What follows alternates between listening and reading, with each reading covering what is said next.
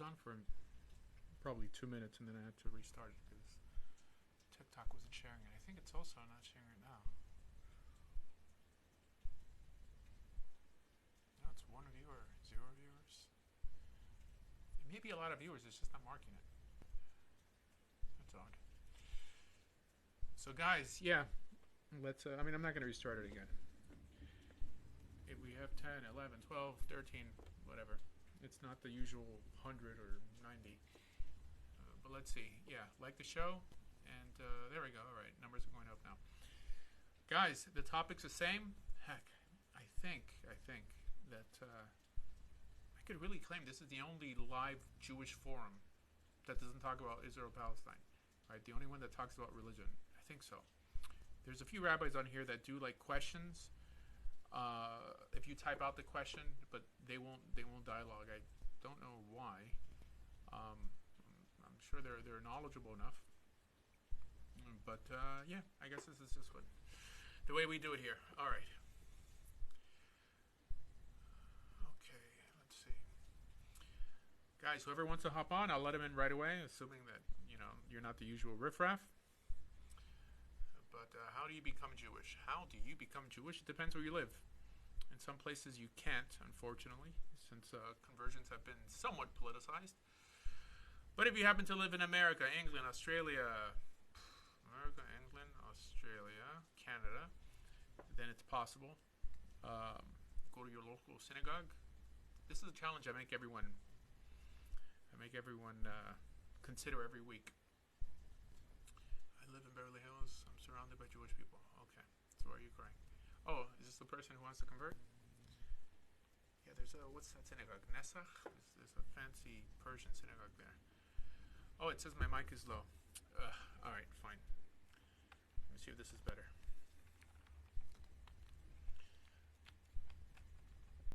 Tell me if this is better. If it didn't cut it off completely. Can you hear me? Yeah? Okay, great. Yeah, I have a mic here that I just took off. Yeah, I don't know if that synagogue is it Nessa? I think it's called Nessa. I don't know if they must do conversions. With so many people in Beverly Hills who get married, who convert for marriage, I'm pretty sure they do. But most Sephardic synagogues, not that Persians identify as Sephardic, but they typically don't get involved in conversions. But in California, there's something called the RCC, the Rabbinical Council of California. They have a website, and you could put in an application. Someone says, you killed all your prophets. Okay. The Old Testament is nasty, someone says. Let's see. All right. Guys, let's make it interesting. I've been out for, I don't know, as long as Pesach, the last few days. I haven't been out for 3 days, I think. Okay. Do you believe you are a genuine Jewish rabbi? You are not robed as a rabbi. What does that even mean? Robed as a rabbi. It sounds like someone who's not Jewish. If you walk into the average synagogue doesn't have a rabbi who has a beard, first of all, or who wears a black robe. Yeah. Sometimes I wonder if somewhere in my ancestry is Judaism. It doesn't really matter. It really doesn't matter if you have a Jewish pedigree or not. You could become Jewish. And who'd want to worship a God who wouldn't allow that to happen in his theology? It makes no sense. Okay. You need a robe like Dumbledore. Can I ask a question? My dad is Jewish, my mom is not. Am I Jewish according to you versus Scripture? It doesn't really matter who your parents are according to Scripture. Right? Heck, the word Jewish doesn't even appear in the Torah. It doesn't matter if your father's Jewish, your mother's Jewish. You're for sure not in a covenant unless you accept the Torah upon yourself. Are you legally Jewish? No, you aren't legally Jewish. It means you're not liable for the punishments of the court if you lived in the land of Israel. But that's what conversion provides you, that status. It doesn't really bring you closer to God. Someone says Isaiah 53, okay. These are like drive-by challenges. Someone insults Judaism, me, tosses out a verse, but refuses to come on to dialogue. So, yeah. Keep it coming, guys. Judaism's better. If you disagree, let's dialogue. Let's see why you disagree. Someone says it's all about Jesus. Okay.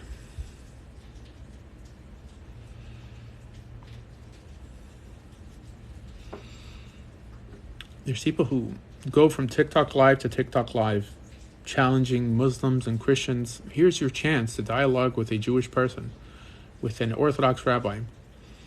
And you guys aren't taking it up. An old Jewish lady by birth told me she was jealous of me because I chose Judaism. Okay.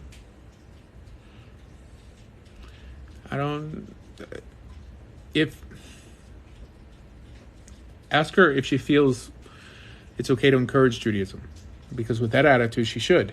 But if she says, no, of course, we shouldn't encourage it, and then it shows that she doesn't really want to see more people like you. Let's see. My friend Imus is on. Hello. Jesus is the best Jew who ever lived. He is the truth and the life. That's what Rich Weapon wrote. Okay, yes, brother. The Torah is the original word of God, and God's word never changes. Okay. Thoughts on Reform or Conservative Judaism? Conservative I could tolerate. Reform I can't. That's pretty much it. Bro, RMB, the Pharisees. Why do you reject your own Messiah, Jesus Christ? Yeah, I'm sorry. I have to make that little voice when I'm reading these messages. All right. Good Erev Shabbos. Good Erev Shabbos. Shlomo Carlebach used to say good Shabbos every day. Is it true that Judaism takes around 2 years to fully convert to Judaism? It depends. It's typically a year plus. But sometimes it takes 3 or 4 years. So we're just killing time reading messages here until someone hops on. So that should be any second now. He's even almost mocking Jesus by the tone of his voice. Then you probably don't watch his show, because I don't mock Jesus. And I don't believe in Jesus. I don't even mock Muhammad. But I do believe that my religion is better. Can I convert and be a non-practicing Jew? You technically could. I wouldn't convert someone like that. But yeah, there's many people who convert just for marriage. But I don't really endorse people converting if they're not going to keep their religion. Can I answer your question? Can I ask you to talk more on your opinions of Reform Judaism? Well, the Reform movement is quite new. New in the sense that it's about 150 years old. It was created to make a distinction between progressives in society and those who are observant. Truth be told, the early Reform movement didn't really resemble the Reform movement of today. There was still a separation between men and women. The only difference was that they said their drash in German, their Torah speech in German instead of Yiddish, which is quite the same. And then fast forward 150 years, they're almost atheistical. Is this not proselytizing something against Judaism? It is proselytizing, and it's not against Judaism. But thank you. Thank you. Okay, no beard, apparently a rabbi. Whoever said a rabbi needed to have a beard? You must be a troll. Let's see. Do you believe your religion is closely tied with Islam? It depends. In practice, not in theology. You are trying to convert people to Satan's Judaism, specified in John 8:44. Islam was created after Judaism and Christianity. Yes. I am a Reformed Jew, and I'm absolutely not an atheist, but thank you for sharing your input. I'm not saying all Reformed Jews are atheists. However, they tolerate atheism. They believe that you don't have to believe in God in order to be Reformed. What does it say? If you are married, you can't shave. Who is this question? Okay. Because you have 124 followers. I don't think you know much about Judaism. How do we convert? Okay, why proselytize though? What's the point? What's the point of proselytizing? I mean, what's the point of marketing when you have a product that you like or you find beneficial? That's a stupid question. For sure there's benefits in proselytizing, especially when we have to share this planet with everybody else. Okay. Let me see. Jack Randall was created. The books were changed. Hence, the last book is the Quran. Okay, this is what Muslims believe. What's a Talmud? Is it the books of your scholars? Yeah, I guess you could say that. What is the ultimate goal? It doesn't matter if death is equally applied to all. I don't know what that means. It's interesting. I mean, it's such a fatalistic approach to the world. That's all you think of, that because you cease to exist and nothing else should matter. I guess leaving this world a little better for your kids doesn't even matter if everyone dies at the end. I mean, people, they say these things, they don't even think. All right, let's see. Do you believe in the afterlife, and can you tell me about it? I do believe in it. I can't tell you much about it because the Torah is not definitive of what happens after you die. But the rabbis are. There's many different opinions, but who knows? Torah is updated like the Bible. I don't know what that means. Fraudulence. Are you Persian? No, I actually converted. I converted to Judaism 20-something years ago.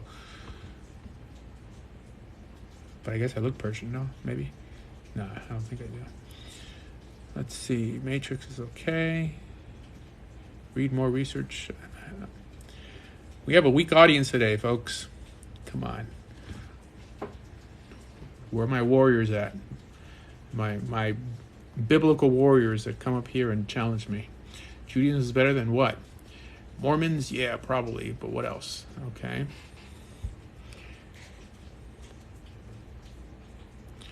All right. We have a Kahanist here. I used to be a Kahanist. I actually ran kahana.org for 5 years. I was the webmaster. I guess most people don't know that. Let's see. Did the Torah get updated like the Bible? I don't know what that means. Ever read the New Testament? Yes, I have read the New Testament. Can you go from Islam to Judaism? Sure. Why not? Oh, yeah. Guys, like the live, follow the host. Like the live, follow the host. The more you like it, the more troublemakers we get in here. And that's what we want. Troublemakers with followers.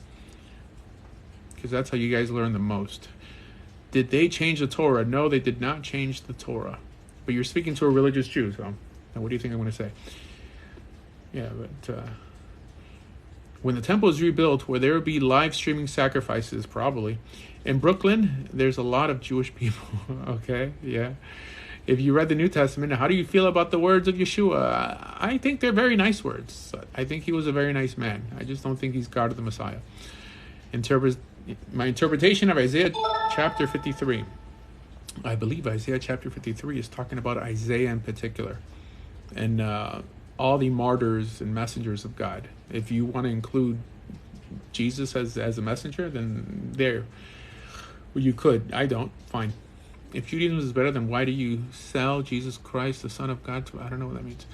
Why is the Israeli military killing journalists? How is Jesus portrayed in the Torah? Jesus doesn't appear in the Torah. I couldn't reach Rabbi Saltzman. Okay. Who's Rabbi Saltzman? Yeah, you were interested in converting. I remember you from last time. Okay, Jews don't recruit. You're some TikTok wannabe.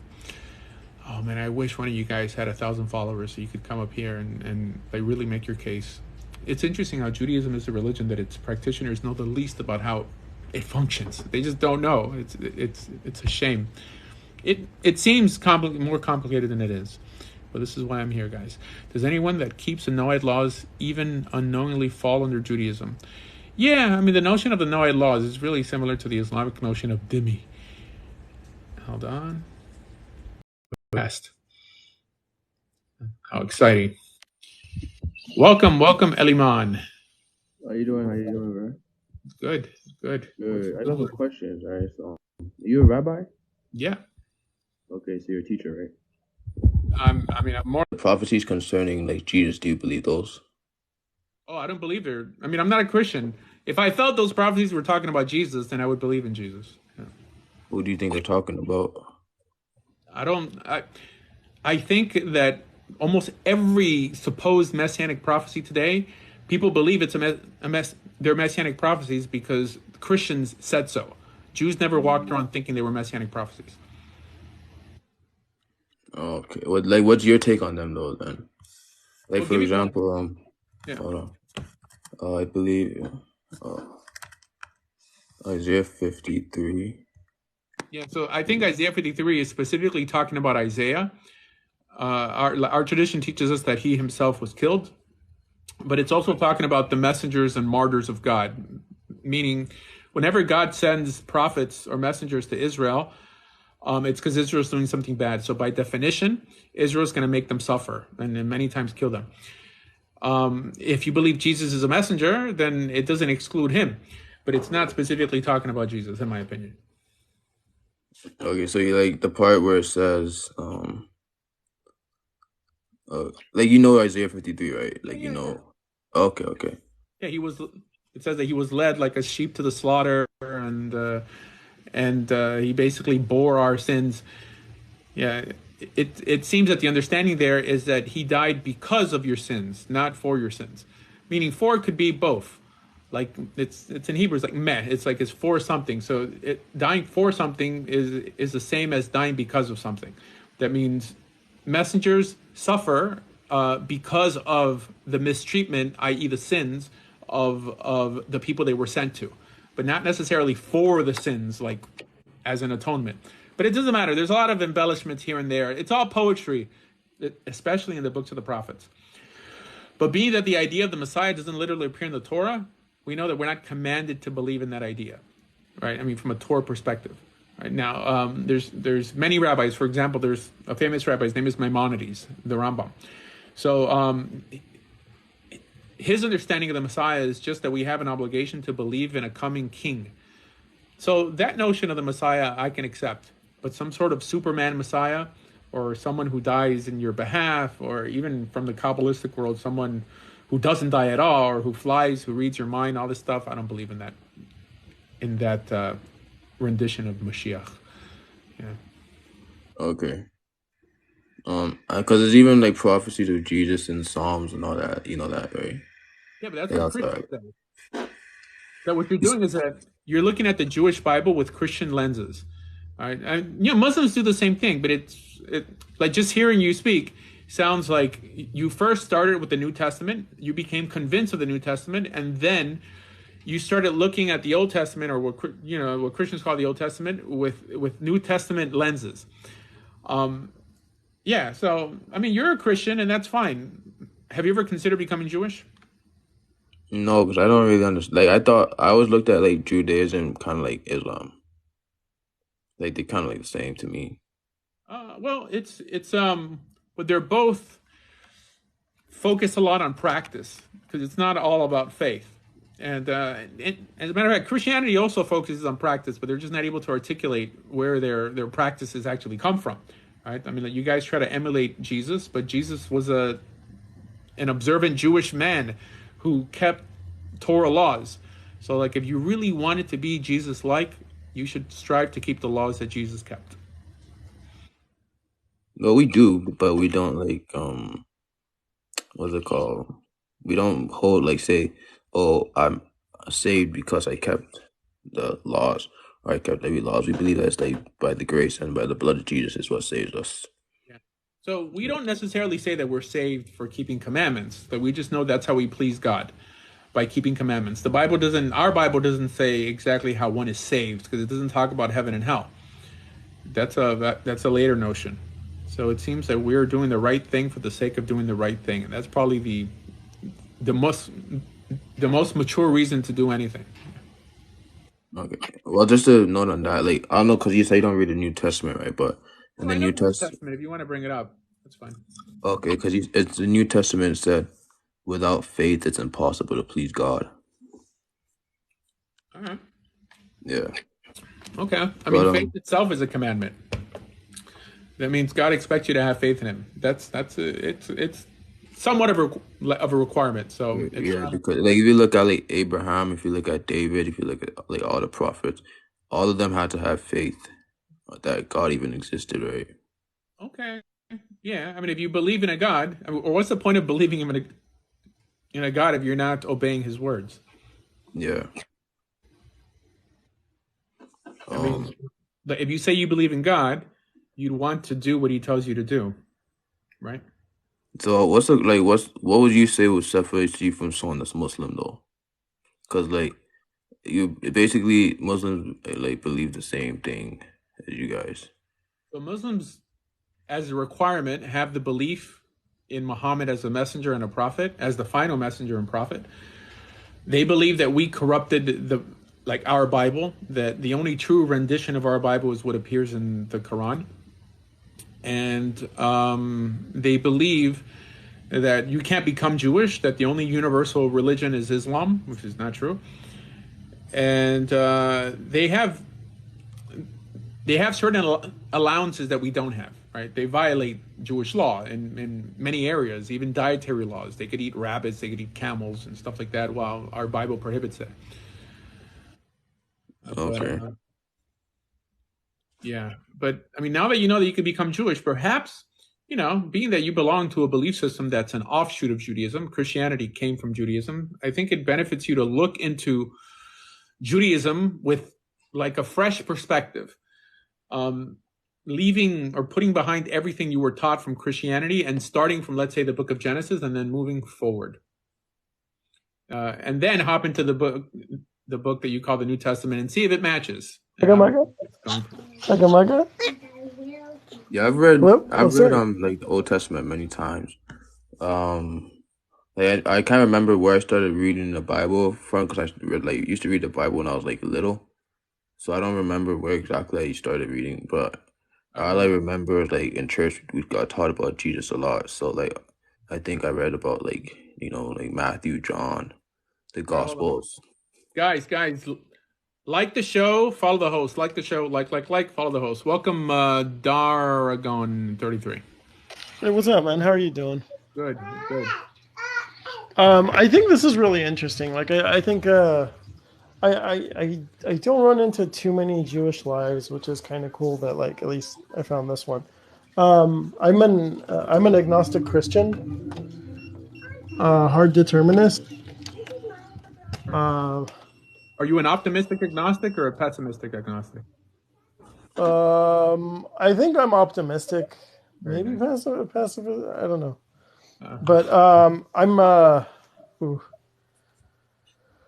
oh man, I found this. Well, actually, I talked to a guy on here who's Jewish, but he's like very well versed and like he knows his stuff. So he usually whenever I got questions, I'll ask him. What's his And name?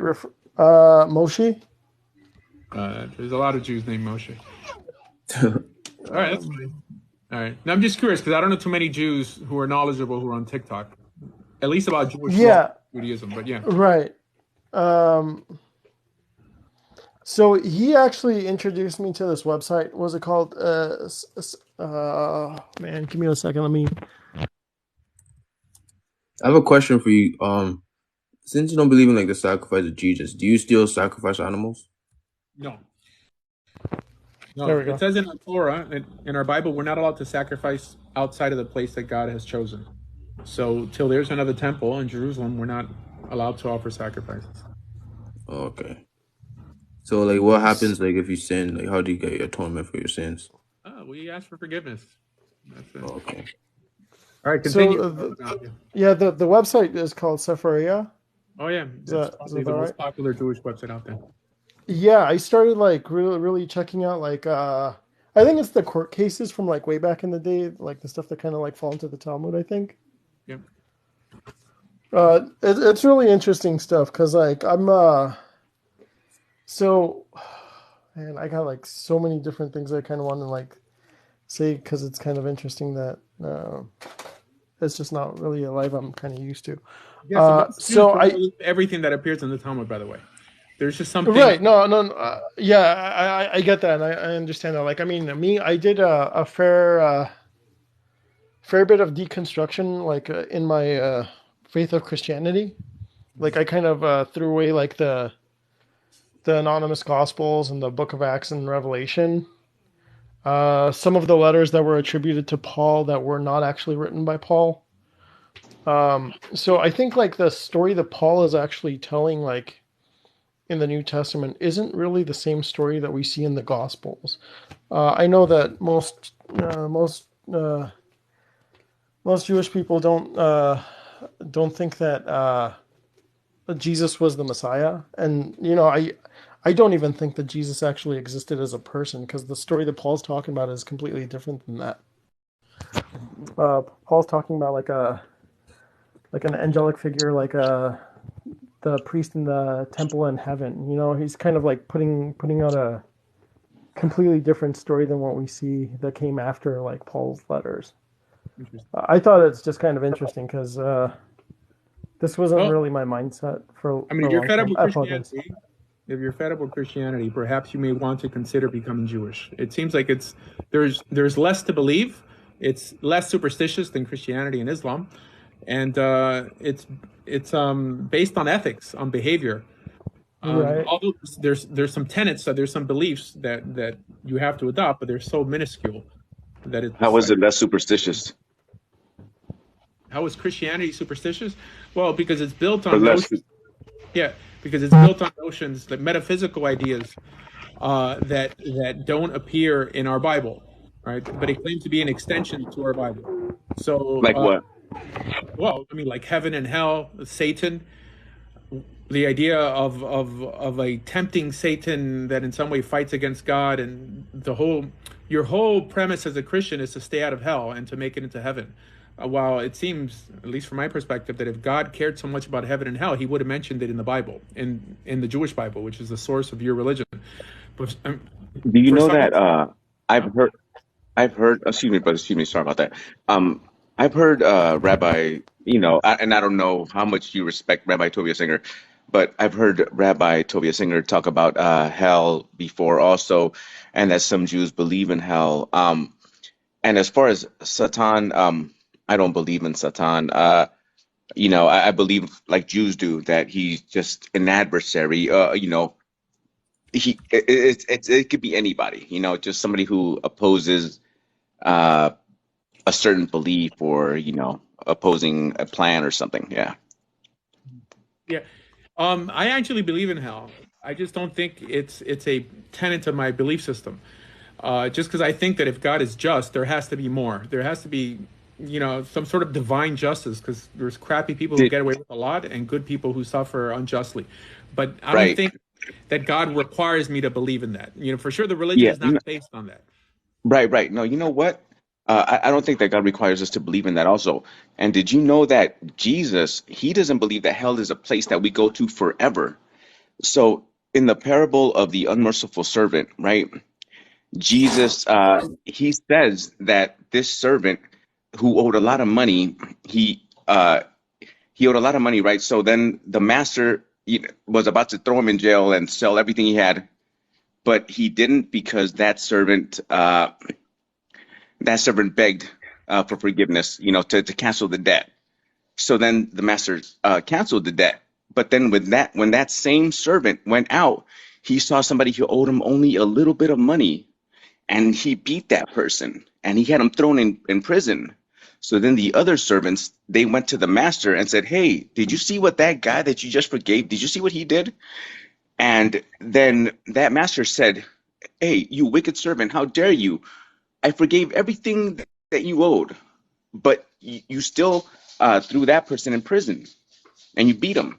So then I'm sorry, the master threw that servant into prison until he could pay off everything he owed. So, and Jesus says that a few times in Matthew and in Luke. So from that story right there, Jesus is telling us that hell is not a place that we go to forever. It's a place that we go to pay off a debt. And it doesn't have to be fire necessarily. It could be maybe another life, or maybe us in the spirit watching the things that we did while we were alive uh, burn up before our eyes, or hurt the ones we love. No, I mean, it's a beautiful message in that story. But there's a lot of ambiguous notions, because I think in the book of Revelation it talks about hell being cast into the lake of fire. So I mean, what's that supposed to mean? Is a lake of fire temporary or forever? So it's a lot of many developed ideas lumped into a religion, which is fine. My goal is to encourage people to become more Torah observant. I don't really care if they believe in the New Testament or not. I mean, I don't think anyone's going to convert anyone who believes in the New Testament. But I'm here to encourage people to consider becoming Jewish. Have you ever considered converting to Judaism and just sort of leaving like the New Testament behind? Myself personally, I haven't because I don't see how eating certain foods or not drinking certain drinks makes you less holy or anything like that.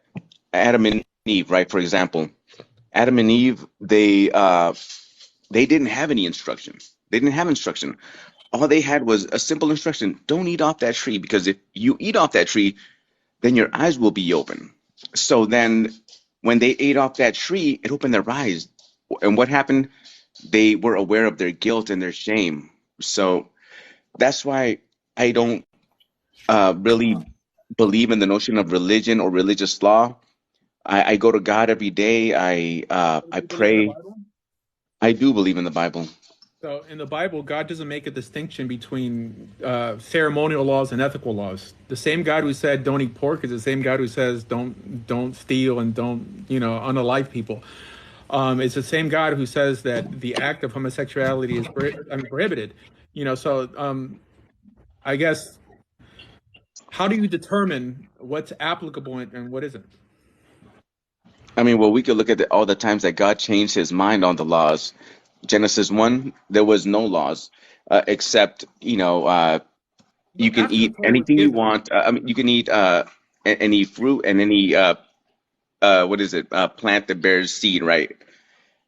Genesis 2 is pretty much the same thing. Just don't eat off that tree over there, because when you do, then your eyes will be open. Then we but it's have not Noah, changing the right? law. Then we have Noah, and Noah, he gets, his instructions are, look, you can eat meat now if you want, but there was no other instruction before that. So if he had no other instruction, the law came through Moses, you know, so Okay, the law's been changed along the way. but so you don't think that's a progression? Because the only revelation to humanity, I mean, apart from what was given to Adam or told to Noah or Abraham, the only national revelation that God holds it on anyone who wants to at least like live in the land of Israel are laws that He says are for you for all generations, not for every human being, but for whoever buys into the system, whoever enters the covenant. So Right. God never changed His laws or His mind about laws. There was a progression, right? And it was all moving towards that seminal moment, which was Mount Sinai, where He gave all the laws. I mean, it began on Mount Sinai, and the transmission ended at the end of Deuteronomy, right? But I don't see God changing His mind about that. I see God, He does change His mind about certain things, about creating man and stuff like that, but about the laws that are forever. I mean, He specifically says, "You shall do this for all your generations." Right? And pork is delicious. I love pork. I just don't eat it because the Torah tells me not to eat it. But it seems that God would never change His mind about any of these laws, so we can't even change them, right? God says that we can add or take away from them. But this is Torah law. I mean, it's not what appears in Genesis or even early in Exodus. It's specifically Right. what God commanded on Israel. So my question to you is, have you ever considered becoming Israel? Um, no. And this is an interesting thing that you said about, those wanting to live in the land of Israel, even spiritually. Um, I don't have that desire. I love my Jewish brothers, and I think that what you're doing on here is great. But I just don't think it's not something that I want to do. I want to live life free. I want to love, whoever I want, and be able to, because you said something interesting again. You said that the laws were for Israel. The laws were for Israel. What about the rest of the world? The rest of the world, we're not bound by those laws That's not true. unless Okay, we so believe it. the ceremonial laws in particular are for Israel, but God judges the world by all ethical laws. For example, we know that God did punish, let's say, Sodom and Gomorrah, the Mabul, the flood. He brought the flood because ethics is universal, right? Being cruel, which is exactly what Ezekiel tells us, that what was the reason for the destruction of Sodom and Gomorrah, or was it the flood? Being cruel, being a thief, like unaliving people, that's universal ethics, right? However, keeping the Sabbath, not eating pork or rabbit or camel, all these things are in Hebrew, like we call it hukim, like they're laws that we don't necessarily know the reason for, but we keep them because God tells them to keep, tells Israel to keep them, and there's punishments for not keeping it. But to think that God's okay with you dishonoring your parents when that's part of the Jewish law, right? I mean, I think it's kind of hard to believe that God's words are true and not feel that He's going to judge you for doing that. No, Yeah, I that's in agree with Luke, you. and I don't take that as canonical. I have a lot of questions to ask. Like, I don't want to. I mean, I don't want to cut off the conversation because, like, I think this is really good. But I also have questions. Just Okay, really hold on. quick. But just let me welcome this guest because I don't want to, Yeah, I apologize. yeah. Sorry. All right, welcome, Kyohim. I'm not sure how to pronounce your name. Hi, how are you? Hi. I'm just listening right now, but Okay, I think cool. it's awesome, and I love like the respect you guys all have for each other with the different ideologies and stuff. So I'm just sitting here. Okay, cool. But thank you for letting me be on your live, my friend. No problem. Okay, well, continue, Daragon. So I was gonna ask, do you think, like, I mean, because okay, do you take the Torah and the Tanakh as like historical accurate and all, like, I mean, what is your entire perspective on that whole thing? It's not really Do you important. take it? I care what makes or breaks my belief system, and it being historically accurate doesn't make or break my belief system. The reason I think the Bible is special is because it appeared at a time when people behaved worse than animals. It's been the primary book to civilize this planet. Not the only book, but it's the primary book, at least for the West. That is what I believe our belief system stands on whether God or these words are exceptional. If by living by this ethical law code, if it improves your lives, like nowadays we're very sophisticated and we've built on those laws, but it behooves us to pay tribute to where our values actually came from, which is that book, and that's all I'm really trying to encourage people to do here, to acknowledge the what got us to where we are nowadays, and by paying tribute to that, I mean, I think you're paying tribute to the existence of a good God. Right. I get what you're saying. So I don't know if you're familiar with like the Zend-Avesta and Zoroastrianism. Not much. Okay, I think the idea behind this was kind of like Zoroaster received revelation at a lake or a river when he was gathering water for the temple, and things just really needed to change because of the way like society was operating, where like morality was just completely out of the picture. And I think that might have actually made a difference, like with this whole whether it's, if we can take it as scriptural as like, like Ahura Mazda and like the seven angels and Regardless, that story wasn't ethically impactful to the world, whether it may have existed or not. And I'm pretty sure that the vast majority of these narratives are just that, narrative. I mean, they don't lay down a code of 613 plus laws on how one should govern their whole existence. Right, but I do acknowledge, heck, I mean, there's laws that appear in the Torah that also appear in the Book of the Dead, right? In the Code of Hammurabi. Yeah, I mean, not to be rude, but like they say that a broken clock is right twice a day. I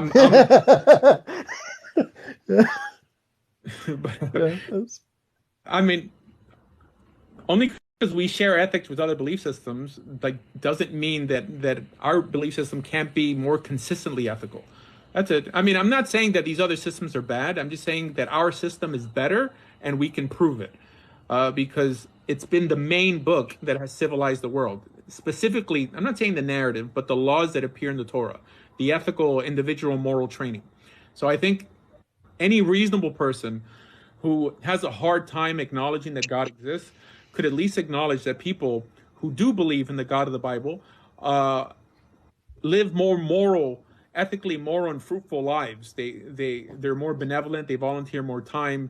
They're typically happier than nihilists or people who walk around feeling that they're a piece of like a cosmic dust. So people that volunteer are closer to the Torah than they are to any other like organized space, or No. But there's a lot of atheists. There's a lot of atheists who volunteer. But I think that people who are religious tend to be more benevolent in every way than people who are not. I'm not saying that people who are not kind and giving. You could be a beautiful atheist and a horrible religious person, but I think in the vast majority of cases, if someone's behavior is tempered through an actual code, right? If they're trying to harness, I guess from a masculine perspective, their sexual predatory nature, and a woman's perspective, their emotions, if they're trying to harness them with ethics, right, that comes from outside themselves, I think they're expected to do more good than someone who tries to reinvent the wheel ethically daily. That's it. Are you? Sorry, one second. Using, like, sorry, one just second. so Let me just add something to what Asher said. I'm actively listening, so I'm just weeding. Yeah. I'm writing notes here, Cats. I appreciate you. I just want to add one thing to what Asher said, that when we're talking about atheism nowadays, you have to keep in mind that modern atheism is still an offshoot of the ethical and moral standards of the civilization created by the Abrahamic law. So just because you grew up in the modern world and have high moral standards, you wouldn't have had those standards and the same type of atheism had you grown up in the barbaric world that existed outside of that kind of civilization. So you're saying that it's relative based off of the fact that you kind of like were able to slightly absorb a structural religion like Judaism. Well, you're a product of your society, right? Sure. Okay, so where does this society come from? The civilization that we live in. Oh, I'm actively listening. I'm just asking questions. This is my claim, right? I'm saying that we, the modern atheism is still a product of the same moral basis. That's the only claim that I was making. Yeah, I don't think so. I don't. I mean, think, look, I can accept that to an extent, but I think that there's a lot of a big philosophical aspect of morality and ethics that kind of just deconstructs that in a different way. Like, I don't necessarily. I don't think morals exist, and I think that if they did, they wouldn't actually come from God. You know what I think they come from? I think they come from a history of experience. So the things that have hurt us in the past, we make laws because of those things that have hurt us in the past. So that's where I think that morality comes from, or not really morality, but at least laws. So, for example, I don't want to be murdered. I'm sorry. I don't know the code words you guys use. Yeah. I don't want to be hurt. So then I don't do certain things to get me hurt. I want to live long in the land. And that I don't think came from a law by God. I think it came from experience. Okay, hold on. All right, so then you have to give a response for every society, modern day society, that has tossed away specifically biblical standards and has only left a trail of blood and carnage. Like the Soviet Union, Cambodia, Cuba, North Korea. These are people who tried to, in a humanist fashion, reinvent the wheel ethically and failed horribly. Instead of saying, like, you know what, let's stick with the system that's been proven to work. I'm not saying it's perfect. I'm not saying that my religion is perfect. I'm just saying that it's better than atheism. And I'm also saying it's better than Christianity and Judaism and Islam, right? But I think Islam and Christianity are ethical because they're offshoots of Judaism. You believe that the ego is ethical, though? Like, you're saying it's better than something. So for say, like, you go on one of those Christian kind of TikToks and they're like, this and that, right? And then all of a sudden, right? And I didn't mean to cut you off. I did, but I didn't mean to be disrespectful, but I did mean to cut you off. But only because if should I have been born in a different space than you have been, which is true, then would I say that people that were Buddhist or believe in the Tao Te Ching, like they're not the hierarchy in the space in which they can get enlightenment and they could live in the. I mean, where's my Kabbalah book? I mean, I read this book all the time. So, like, I mean, I don't know if you're into Kabbalah. I know that you said that you're into Judaism. So, am I? Have a response. because someone's not allowed to. No, but I'm just saying, like, so it's weird because it goes off of latitude and longitude. It always does. It always goes off of how you It's not experience. ego. I mean, it's not ego. I could prove it. At least regarding Christianity and I Islam. hope you could prove it from your own personal No. In terms of logic, right? I mean, I'm not using religion. I'm not using the Talmud. If you From have a belief your system, own personal perspective. no, right. I'm going to put it in a way that it's going to be hard for you to disagree with it. You know, so I mean, well, you could disagree after you hear it. So, being that Christianity and Islam are both offshoots of Judaism, right? And they've only appropriated the ethics that appear in Judaism because there is no great Christian legal ethical code. There's no great Islamic ethical code. They basically appropriated the ethical code that appears in the Torah, right? There's over 613 laws that appear in the Torah. That's what makes both Christianity and Islam ethical. Christianity and Islam essentially just brought metaphysics and narrative to the table, right? But let me ask you this. Yeah. Okay, so but the Torah also says that you can hold a slave. If a slave comes from another place, you can hold that slave. So where's the morality in that?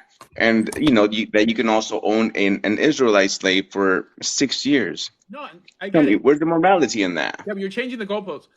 Are you defending Christianity? Because every one of the No. apostles believed in every one of those laws. And I disagree with them. Oh, okay. So you argue from an atheistical perspective. So I get it. Because I never said that Judaism is perfect. However, there's probably a handful of laws that I have to respond for, but an atheist has to respond for everything else. In other words, it's interesting. My phone keeps dropping. I'm not trying to be a dick. I'm sorry, I'm laughing. Please continue. Sorry. Yeah. Well, an atheist has to respond for everything else.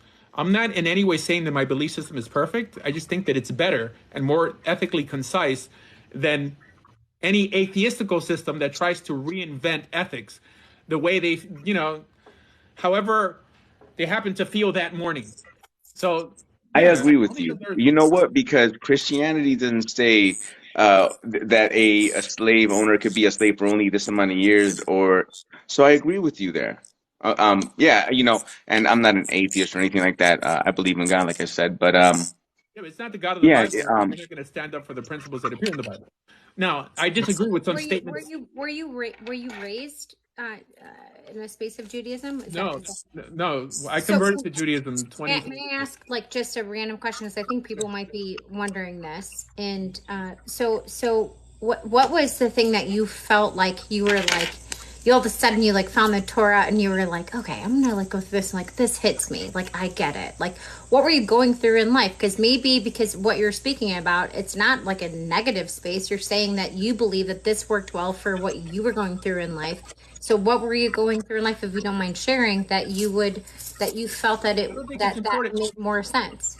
I'm not trying to present this as a form of moral relativism, because I found some worth to it, then you could also know. I mean, I think that this could change the life of every person. Right? I'm the Kabbalah. I like the Kabbalah based on. Okay, I'm not a fan of Kabbalah, but that's fine. I mean, Kabbalah to me is equivalent to Christianity and Islam, mainly because it only brings metaphysics and ethics to the table, and it appropriates. Metaphysics and narrative to the table, and it appropriates all the ethics from the Torah. So if someone tells me they're spiritual, that tells me nothing about how they behave.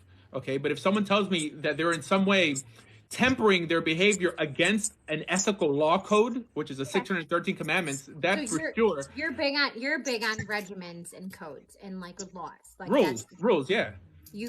So like if someone just like in general, like you and I was like, I don't know, let's just say like something stupid. Like I went into your house, you invited me to your home, and I had my shoes in your home, which I think is gross. But like, say you were like, Anne Marie, I told you can't have your shoes in my house.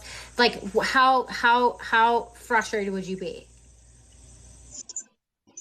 That's a weird example. I'm not minimizing. I don't think that's an ethical thing. I mean, that's a cultural thing. Okay. I mean, if I was Japanese, perhaps I'd be upset. I don't know. If you went to my house and stole one of my paintings, let's say, right? I mean, and what? And okay. But that would go back to Christianity, where it's like the top 10 rules or whatever. You're not supposed to steal shit. So, right? Yeah, no. Well, those rules were appropriated from Judaism. But okay. So do you enjoy that you feel with love and I say with love because I don't want to be rude, that you feel that you are, that the thing that you believe in is the first one that happened. No. Do you? It's Okay. the only You're saying one. that everything's systemic from that. So, regarding the three major monotheistic religions, it's the only one, right? Christianity didn't improve necessarily on the ethics that appear in the Torah, or like nor Islam. I mean, well, they embellished with certain commandments, right? I mean, Jesus made it harder, to feel lust, or in terms of lust, he made it more difficult to lust. Fine, but it's not because it's older; it's because it works. It has a track record of working. Society's built either off of ethical The Islam, track record of the spoken word from books that we weren't, and that was rewritten in different languages, right? No, I mean, you do acknowledge that a society that has no ethical core, no objective morality, does less good. What? I'm just saying that it was all written from a bit ago. I think it would be good if you let Asher finish what he's saying and actively listen so that you guys can have a dialogue, because you keep interrupting him. He hasn't been able to finish his sentence. That's fine. Don't worry. I mean, I got her out. I mean, I think she's trolling. It just doesn't. Anyways, no, because every other guy here is like a huge gentleman, and they don't want to interrupt her. So it's not. I'm setting a good vibe here. All right, guys, go for it. I was just going to add to what we were talking about before the whole thing got sidetracked, is that the biggest concern is that, all these claims about that I don't believe in moral, I don't believe in, moral concepts or where they come from. If you don't have the set code of morality, then every person becomes the judge of morality for themselves. And that's what leads to all the kind of atrocities we saw throughout the history. For example, I'm sure that Mustache Man was 100% sure that he is moral and he's saving his country and doing the right thing, right? And every person can be that way. And we have no claim to say that he was wrong if morality is relative to a person who's deciding it. So what do you think more morality is? Do you think it exists, or do you think it's relative, subjective, or objective? I believe it is objective, and it comes from the law that God revealed to us. That by God being above the human level, he has the ability to be the arbiter of what is or is not moral. Yeah. Then how come religion? I disagree with that, by the way. I mean, I'm just I going to show you understand that mentality, and I see where people go with this, and that's why I kind of said I don't think morals actually exist, and if they did, they would definitely not come from God. Because if this was the case, if I try to hold to this idea, I can kind of go back and look at like the scriptures and say like, okay, unaliving all of the infants, this had to have been a moral thing to do because it came from God. I could probably try to justify that same thing nowadays, and I could say that like, well, I received revelation that comes from God, and I need to unalive all the kids that were born after 2020. But you have to back up your revelation with something, right? The revelation is not just one crazy person saying that he got a revelation. It has to be backed up. Oh, right. I mean, and this is still a claim. Hold on, guys. Hold on. Because I disagree with Reuven on this, by the way. And I don't want to get sidetracked because I don't want people to think that I endorse the idea that God is above morality. I don't believe God is above morality. I didn't say above. I said he's the giver of morality. Well, so you're saying that only because God gave something by definition is moral? Yes. Okay, so I disagree with that. I disagree with that. I mean, I think that God... Now, I'm not saying that it's we can be part of the same belief system. Just on that, I mean, it's such a minute point, but I think it's extremely powerful. I think that God has to validate himself to us. And this is how we see that he treated the Israelites when they came out of Egypt. I mean, he didn't start judging them or punishing them. First he had to make himself lovable, and he had to prove that he was working in our behalf, that he was trustworthy, faithful, and ethical. And only then can we crown him as God in our life. right? But the idea that, well, I don't have to do anything nice for you because by definition, anything that comes out of my mind or my mouth is right. I mean, I think it's too easy to follow a false god under that line of thinking, because Muslims sort of believe the same thing, right? If the Quran says it, it's true. I mean, how could I ever expect a radical Muslim to leave that belief system if he also thinks like that? No, we also have to put God on trial here. What makes God God is that he's good, and he's given everyone a basic sense of morality to be able to determine right from wrong on a very basic level, enough to get us to a proper belief system that'll drag us the rest of the way. This is why I don't think that the Bible is there to make you good. I think the Bible is there to make you better.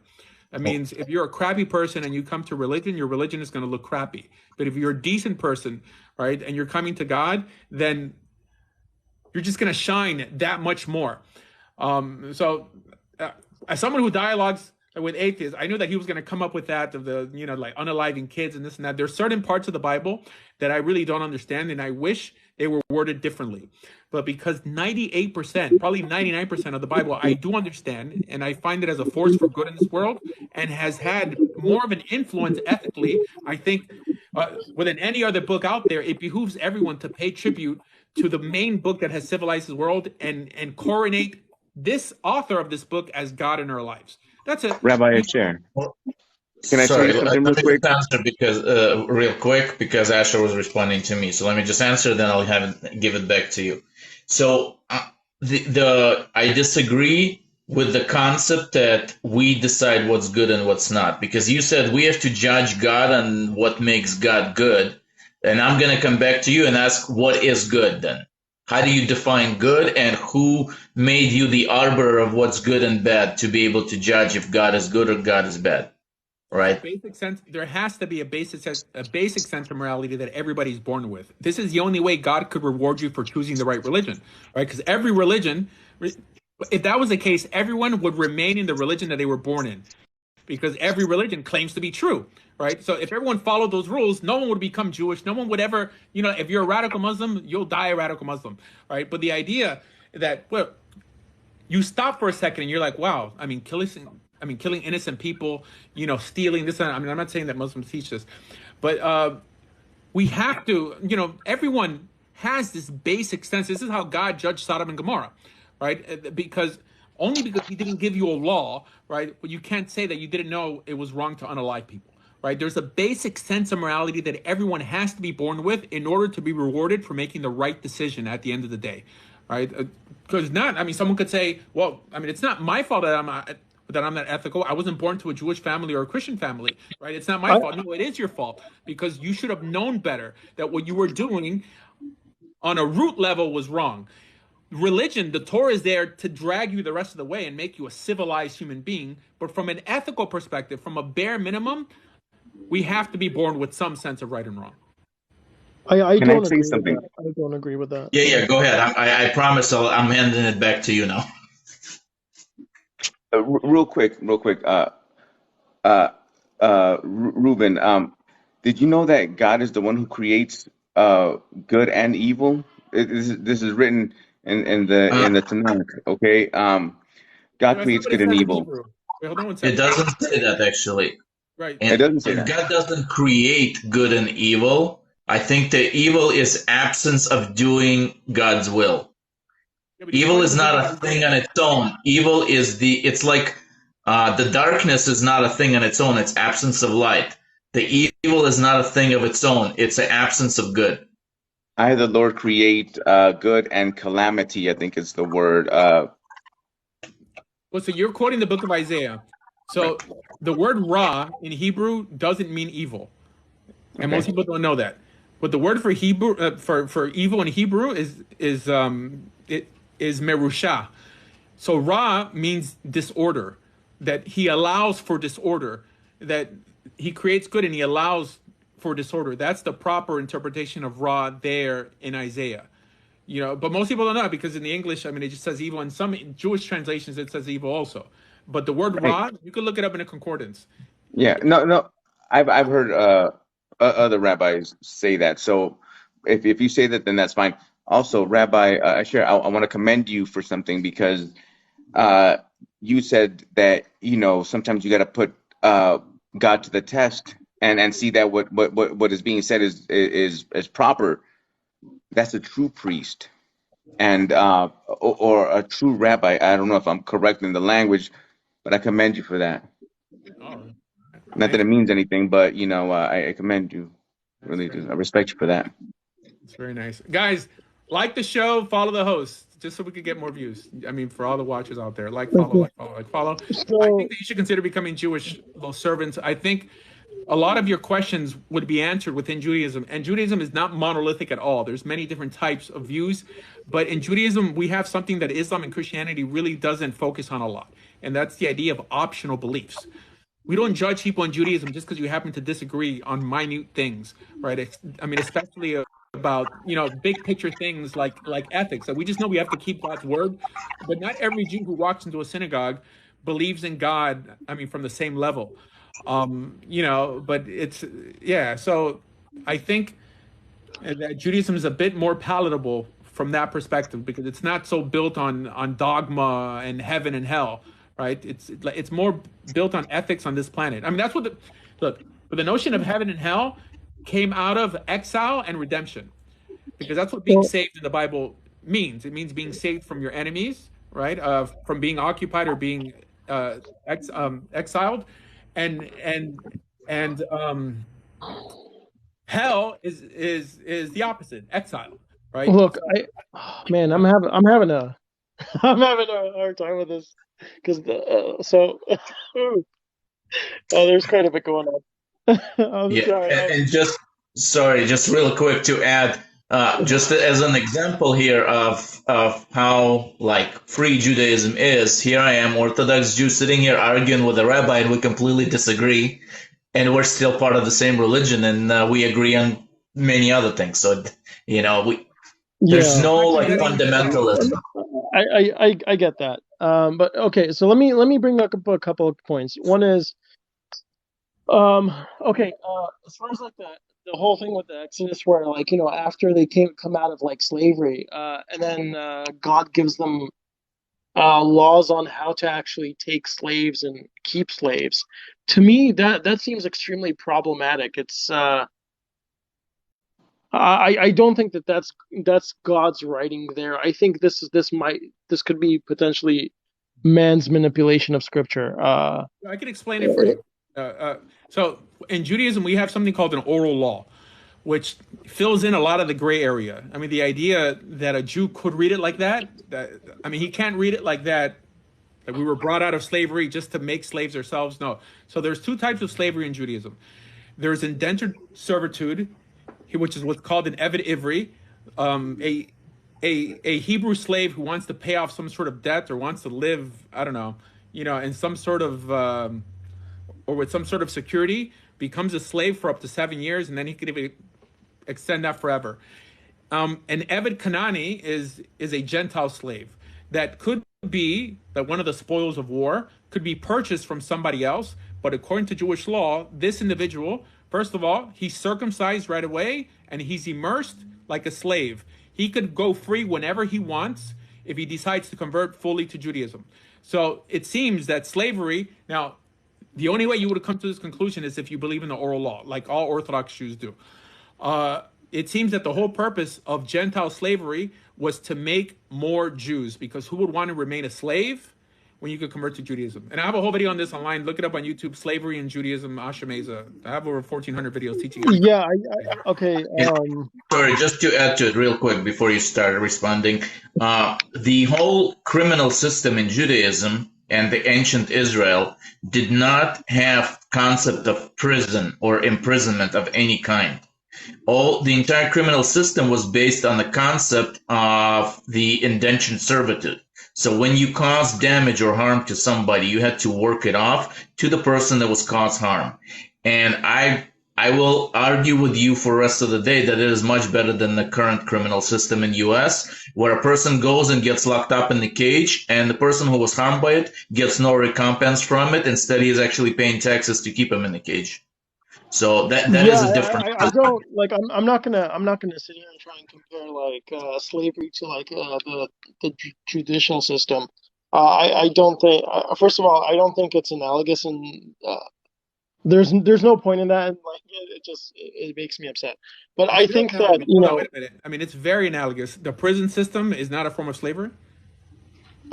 well, look, there's another thing that I kind of wanted to bring up before we could get into any of this stuff, which I think a lot of you are going to kind of be on the page of, which I disagree with. I think you guys are going to hold to the idea that we actually have free will, and that a lot of these things that we do are as choices that you would consider. I These are don't hold non to that sequiturs. idea. I mean, these are Huh? not. I mean, it's a non sequitur because whether you have free will or not, I mean, it doesn't change the Yeah, fact it that someone actually who does because people are going to be under the impression that the prison system is actually there for punishment versus a removal from society for bettering the society and actually rehabilitation.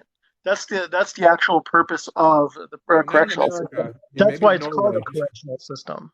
Yeah, right. Well, I mean, not in America. Perhaps in Norway. I mean, people come out worse than prison in America. Uh, I, I don't care where it is. It doesn't matter. The point here is we don't have free will, and the whole purpose of a prison system that we call a prison here is still based off of the idea of a correctional system. It's not based off of a prison system which we would understand.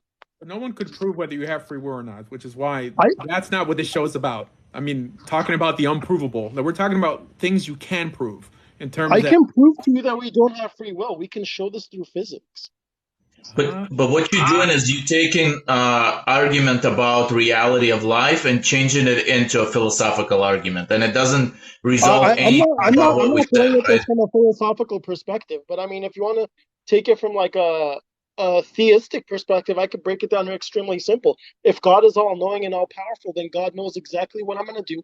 If there's a McDonald's and a Burger King that I'm going to be eating at, it's only going to be one of these places that I can go to, and where I'm going to go, God would know. And the hold other on, thing hold that on. seems like it's a, hold on, the other thing that seems like a choice is actually an illusion because I can't do anything other than what God knows what I'm going to do. Because if that were the case, then God wouldn't be all knowing and all powerful. Okay, That's And so what does essentially. it have to do with hold on, indentured hold on, hold on, servitude?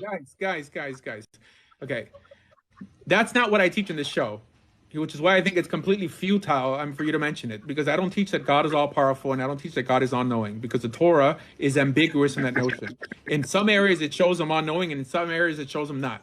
So that's why there's no point in saying that you could That's prove you fine. don't have free I will. only brought it up from a theistic perspective. But the Uh, thing is, if well, I I'm a were to theist actually and I don't show, believe that.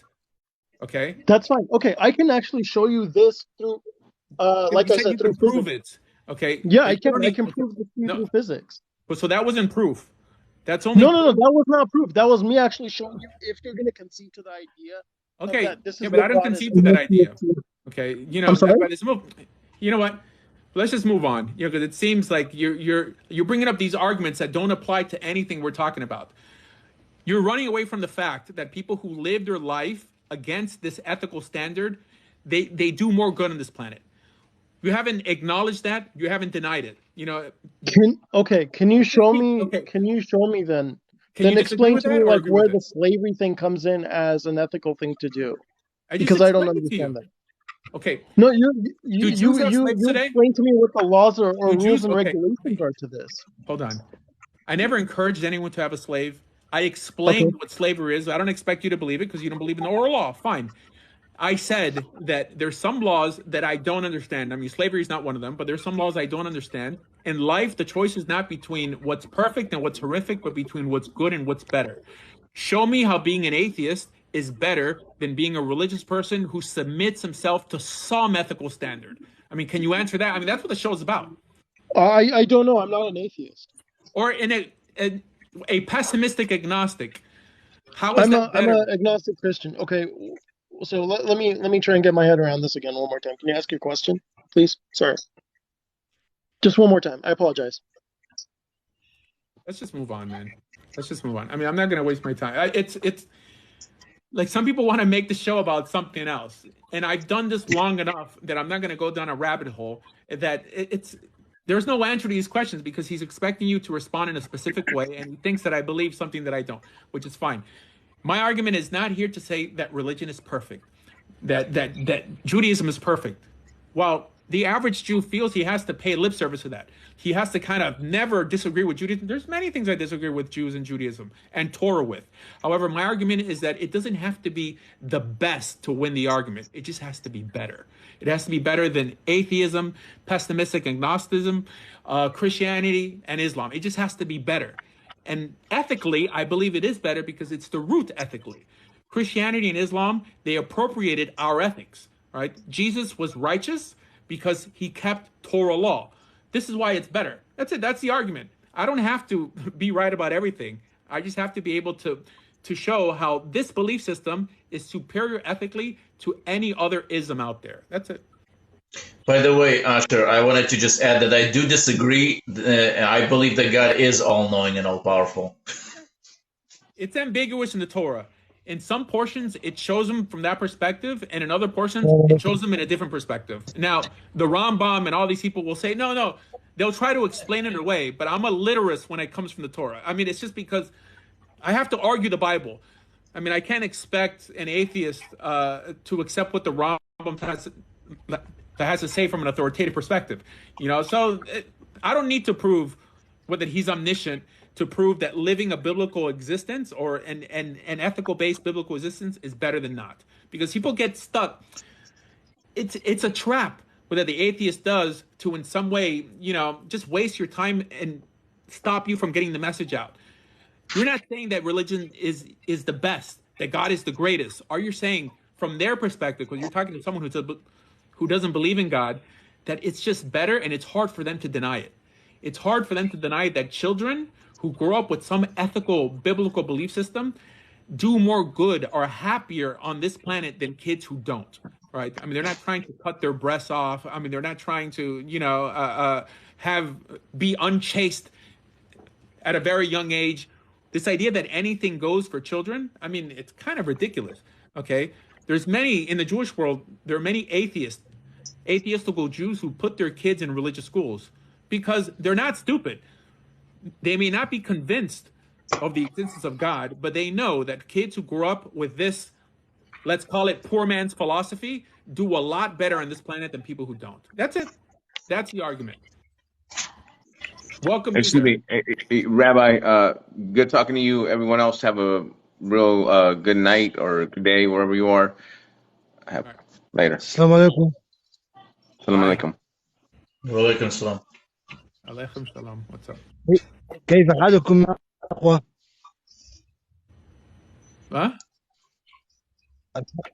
كيف حالك يا أخي؟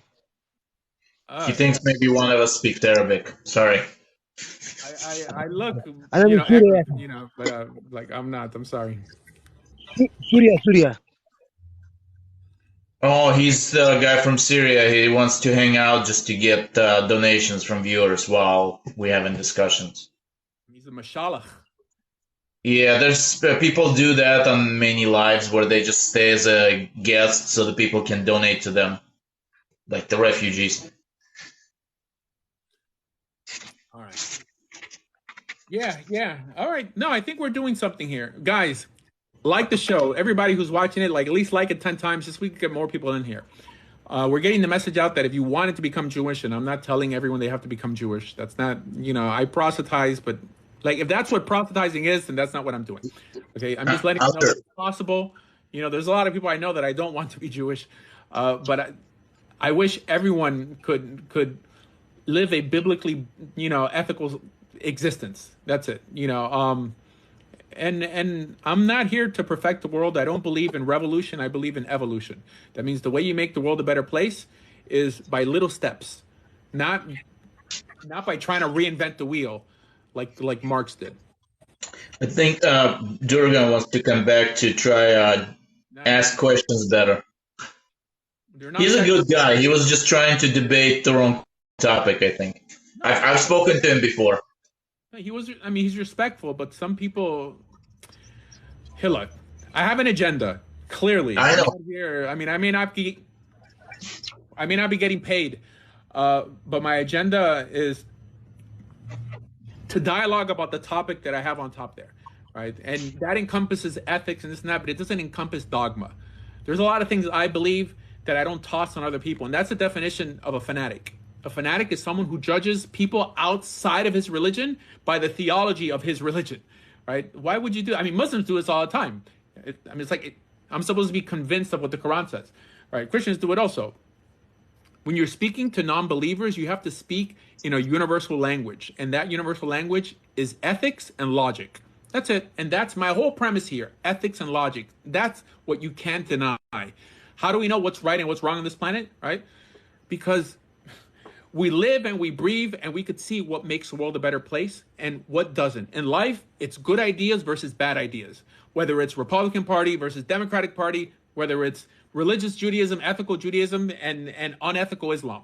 Okay, it's always good ideas versus bad ideas. That's it. And I think that maturity and wisdom helps you determine what's a good idea from what's a bad idea, right? I mean, you don't have to. I mean, this idea, like, I don't know because I wasn't told. That doesn't fly in the. But here's the thought too. Like Durgan is a very intelligent guy, right? Maybe if we try to educate him better on what Judaism, he might find his way to us, right? And other people listening might find the way as well, right? He can't always cut off somebody. It's like the four sons in the Pesach Agada, right? By the way, I actually wanted to ask you something I noticed on Safaria recently that I never saw before. Did you see that now on the God's name, the Yud, the Hey, Vav, and the Hey, they now put the Nakudot of how to read it properly? And they put them in the right way too? Well, they've been doing that for a while in like Sephardi Sidurim. I mean, for a long time. I saw that, but I mean on Safaria itself on the website, I haven't seen it before. It's kind of new. I don't think it's an issue. I mean, no, I'm not saying it's an issue. I never realized it until recently that so they now actually showing it. I don't think that's agreed upon on how it's pronounced, but that's probably the Masorah of wherever they're translating that text from. Well, the issue of putting it on printed paper is so you don't have to bury it in a Geniza. But even nowadays, I mean, they'll put something in a Geniza if it has like God on it, right? And also they put like G-D, which I think it's like silly. I mean, I do it. I mean, just because people are going to think that I'm a Christian if I don't, right? But it's like, it's so frustrating. G-D or say Elokeinu, you know, or like Yud K Vav K. I mean, who came up with the whole kuf? Like in these words, you know? I mean, there's nowhere in halakha that says that you have to add a kuf to it. You know, like Yud K Vav. But by the way, those like the written that way with that pronunciation is also how I learned it in Ashkenazi in like Litvish yeshiva. Yeah, no, that's how Litvaks talk. I mean, that's how Orthodox Jews talk. Every Orthodox Jew will say Yud K Vav. Well, the truth is far. No, but I mean the actual nekudot, the actual proper way of pronouncing the name. Oh, that's interesting. Okay. Because that's what they're doing. They're adding nekudot so you could actually see how to pronounce it. Because before I never saw it. Mm-hmm. This is recent. There used to be something you learn in yeshivas, right? Not like everywhere for public, I guess. Never heard that was taught in yeshivas. Never. I mean, really? I've never. I mean, there's a prohibition in the Talmud of pronouncing it in one portion, and then in older like sources of the Mishnah, it says that you should greet everyone in the morning with the name. But that's assuming that you knew how to pronounce the name. And it said, and then there's another part in the Talmud that says that you could only say it in Jerusalem. I mean, I have a video on it on YouTube. Just type in pronouncing God's name, Asher Meza. And I bring down the sources, at least how it appears in the Rambam. So it's not monolithic, but it's like colloquially, you're not allowed to say it as a Jew. Right. I mean, if someone wants to debate it, I mean, they could debate it. Right. But if you walk into a shul and instead of saying Adonai, you say whatever, Yud Kei Vav Kei, then they're going to kick you out. Yeah. But I think that's more like a later rabbinic prohibition, right? There's no prohibition like that anywhere in the Mishnah. That what? On pronouncing it. No, there is a prohibition. No, in the Mishnah? Yeah. Well, I don't know I don't remember it's in the Mishnah. I'm sure it's in the Gemara. I mean, it's in the second Sanhedrin. It says that anyone, you're not allowed to pronounce the name. There's other places, Talmud Yerushalmi, there's so much literature out there, but the understanding is that it's prohibited. Like according to rabbinic even when you're davening in the temple. It's not prohibited. I mean, it says to utter it, right? So, I mean, it means to speak it. But I mean, if you said it in your mind, is it prohibited? I guess not. You know, I'm not fearful of the name. I mean, every time we say Jehovah, I mean, it's an attempt of pronouncing the name. But the truth is, we don't know exactly how it's pronounced. Only the high priest really knew how to pronounce it once a year on Yom Kippur. And that's why, but it's not set in stone. It is colloquially, meaning in every Orthodox synagogue in the world, if you just say it, I mean, they'll yell at you or something. Of course, yeah. But there's a lot of things. I mean, there's a video that I was planning on making. I mean, I looked into this a while ago, and there's a famous rabbi online. His name is Rabbi Chaim Ovadia. He's also a rationalist, but most rationalist Jews are on the left, and I happen to be a rationalist Jew who's on the right. But he shows how there's no prohibition of eating any type of. But you don't need a hashgacha on cheese, according to him.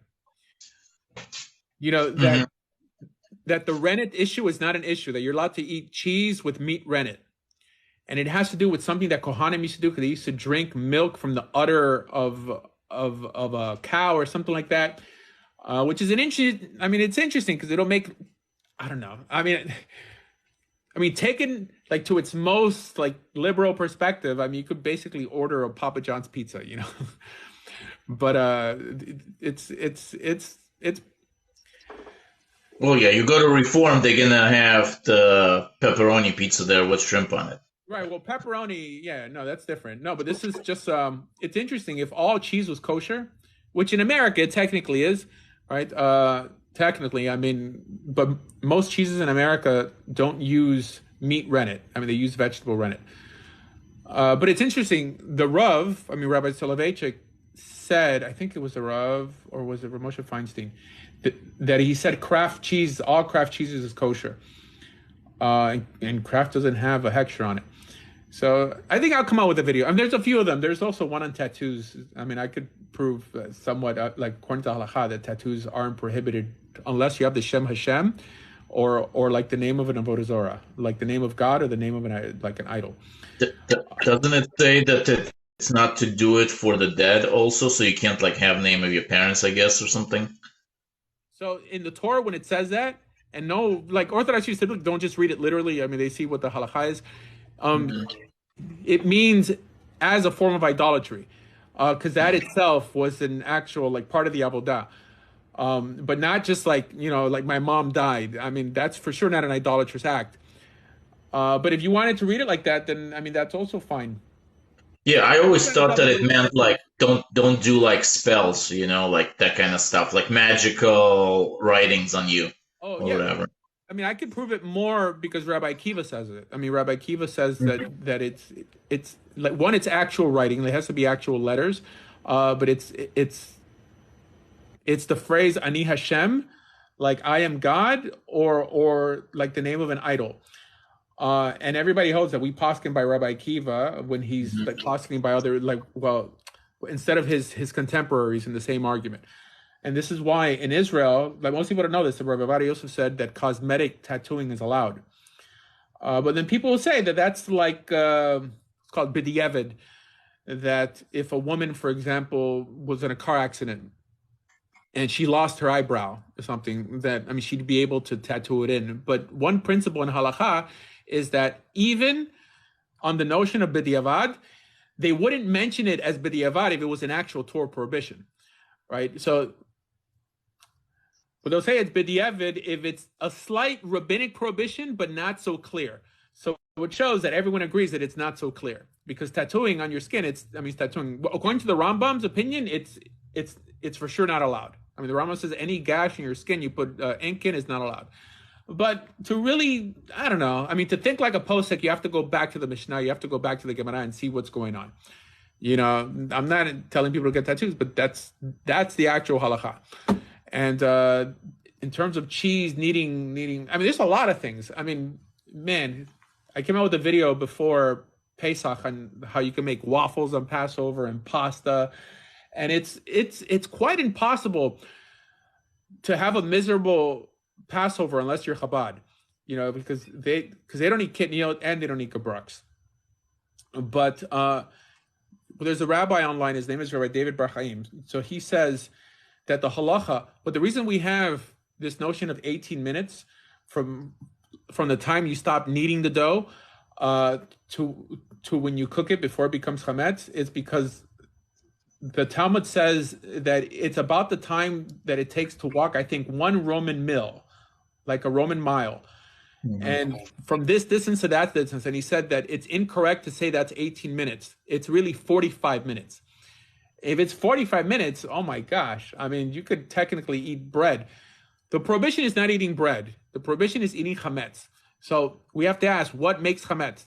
And also, like soft matzot, like making soft matzahs on Passover instead of disgusting cracker, which is built on the idea of gebrux. The reason people started using these hard crackers is because of Kabbalah, because of Kabbalists. I mean, specifically the Balatanya, I actually make soft matzah at home.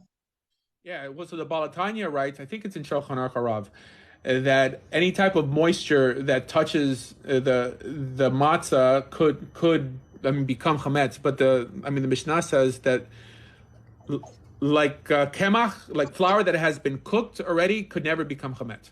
I guess he ignored that.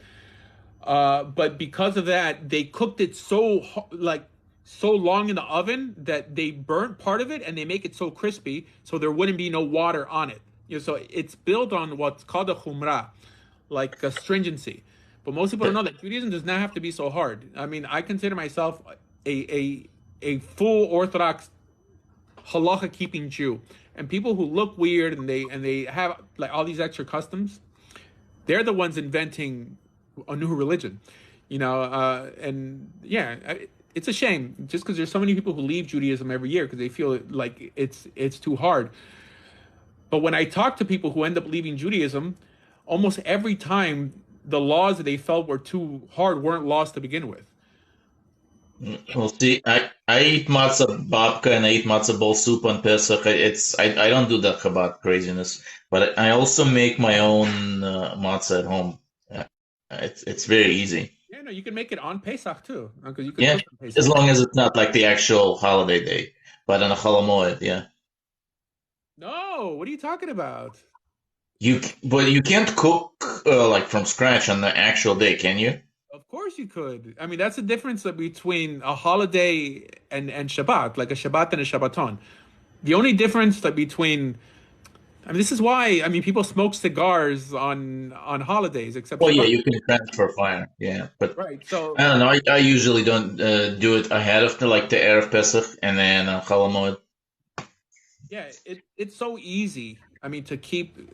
I went to the Seders. Like in my Chabad, because I didn't want to do a whole Seder this year.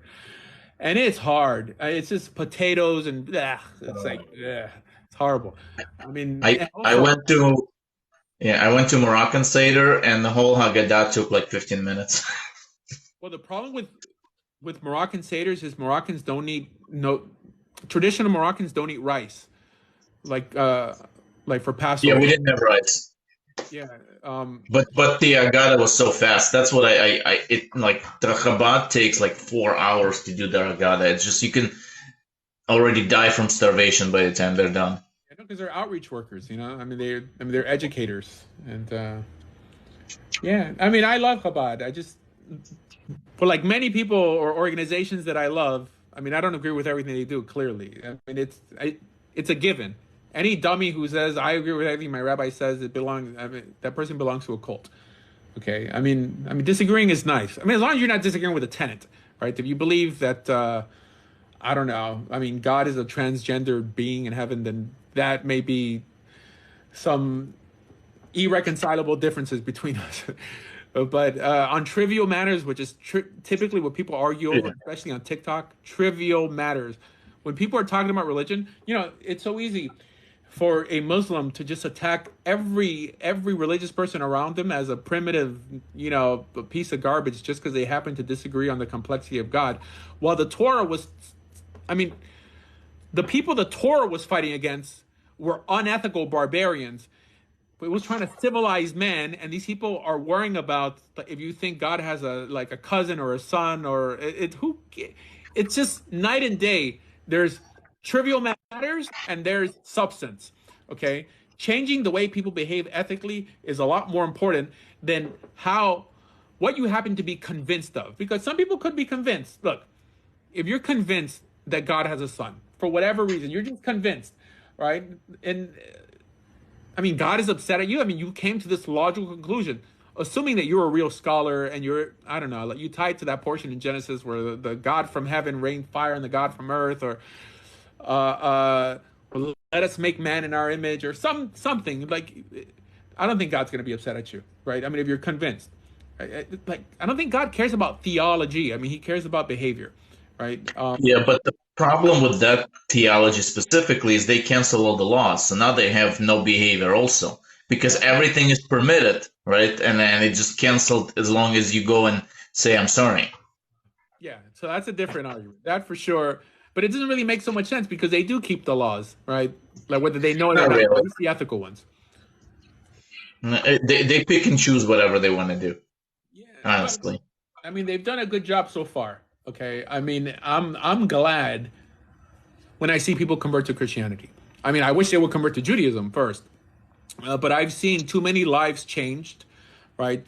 People who've given up drugs, homelessness, abuse, of their spouse and their children, and become awesome people because they accepted Jesus. And I think it's an amazing thing. And the same thing with Islam, right? I mean, I've seen people change their life, completely around. I mean, how can I call that a bad belief system? Right? Just because they disagree on theological points, I want them all to become Jewish, but I'd have to be a moral idiot to say that it's better to be an atheist than it is to be an ethical Muslim or Christian. Yeah, I'm 100% agree with you. I just prefer that if they don't convert to Judaism, that they would go to Islam rather than Christianity, because I think Christianity is have too many problems in it. Yeah, maybe. I don't.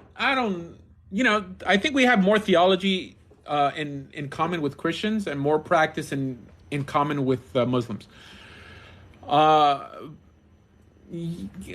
I think, Jesus left Christians such a good example in terms of being kind and benevolent and just being like a mensch, that how can you hate like a religious Christian at all, or assume, just because Muhammad seemed to be more of an abrasive man, a less tolerant man. So this is in terms of behavior. I mean, I think a Christian will outdo a Muslim. Right. I mean, no. I mean, comparing to Moses, he was pretty tolerant. Well, Moses. Yeah. Right. Okay. No, that's a good point. Also, Christians have this notion, and like all these ideas, these ethical ideas, weren't invented by Christians. They appear in the Book of Psalms. Right. I mean, just hear King David speak. It sounds like a Pentecostal pastor. But the idea of long suffering, of being patient, and just waiting on God, and I mean, not just being a hothead and just losing your cool, but just being patient and just waiting for God's timing and all this stuff. I mean, that is something that Christians are big on, right? And I appreciate how, being that Christians are actually the most persecuted religious group on this planet, they stay quiet about it and they don't cry about it, right? And they don't make a big deal like, woe us. They understand that to be a follower of God, you're going to be made to suffer. And I admire that so much, because if I look at the Muslims crying about the Palestinians like a bunch of little babies, I mean, the Christians will just take it, right? And say it's and Jews also. I mean, Jews suffer a little bit, and the ADL is kicking down your door. And I don't support the ADL. It's a disgusting organization. But I mean, I have to call things like I see them, right? And I think Christians embody many principles that the average Jew overlooks. And I think there's a lot of wisdom there that we could learn from. Yeah, okay, yeah. So, I mean, somebody wrote that many Palestinians are Christians, but the Palestinians who are Christians are not the ones, like the Bollywood ones, typically. They're the ones not getting involved, right? And they would love to live under Israel, and not under their Islamic brothers. I wish we would just, like, stop fighting altogether. We're all Hebrews, whether the Arabs, the Palestinians, or the Jews, all different Hebrew tribes. So need to live together in peace. Well, I don't care about the whole tribal part. I mean, I want to align myself with like-minded individuals. I don't care if someone happens to be from my same. I mean, I have nothing. Well, I'm American, okay, but my family's from Colombia. When I see a Colombian, I don't see I don't see anything. I mean, I didn't grow up in Colombia. I mean, blood means nothing to me. Absolutely. I mean, I converted to Judaism. I mean, that shows how much blood means to me. Yeah, I know. But let me just real quick for people in comments, because they think that I misspoke. I did not misspeak. Hebrews are everyone who descend from Abraham. So if you believe you descended from Abraham, you're Hebrews, because that's what it says in Genesis. Yeah, so there's two opinions in the Talmud, at least, for the notion. No, but it's plain text in Genesis, right? It says Abraham the Hebrew. Right. No, but the question is why he was called a Hebrew. So the word Hebrew in Hebrew is Ivri, and some people say it's because of that, because he crossed over, and like some say because he was a descendant of Aver, of Shem and Aver. So there's like a medrash that teaches that they had a yeshiva, which I don't believe any of that crap. But either way, whether he was because of its Aber or because of crossing over, all the children of Abraham would be Hebrews, therefore, right? Yeah. No, that makes sense. All right, so where are the haters at? That's it now. Oh man, I lost my background. You got Mona Lisa now. Yeah, look at the others. They're just staring at you. Coño. Hold on. Effects. So guys, I ended up going with like a new project car. I was talking about last time about getting a 370Z. I mean, I settled on a 350Z. Let's see if it comes up.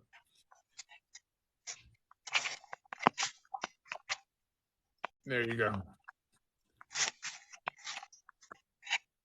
Yeah, but I ended up getting a convertible, which I've hated, but whatever. I mean, I got such a good deal on the car. So yeah, it's a stick shift. But that's pretty interesting. Yeah, I mean, it's raining here. Oh, yeah, it is a nice car. Is it just a two-seat?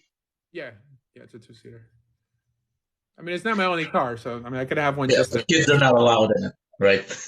Oh, I don't. I mean, the car is not in the best shape in the world. I mean, but the transmission's good. It's a stick shift, and the engine's good. So, I mean, I'm just gonna. It's just a project car, just to go and drift or do something. Yeah. Nice car for fun. You know what? Here, let's see. Let's throw Herzl up in here. It's working on this poster. It's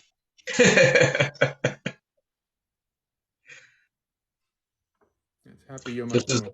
Here's a beer there. This is your baiting poster?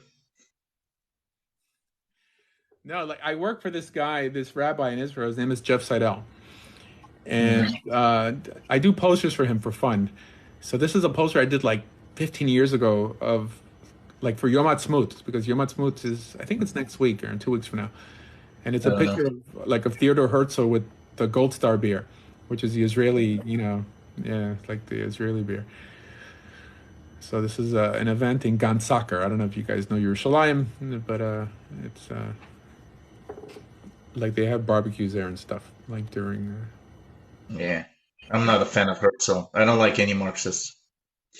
Yeah, I don't. Was he a Marxist? I don't think Herzl was a Marxist. I mean, he wasn't religious. I don't. He was not religious at all. He was pro. Sure but I don't think he was like politically inclined. That I know of. Maybe he was. Okay, let's see. So where are the haters at, guys? First of all, like the show, follow the host, like the show, and follow the host. And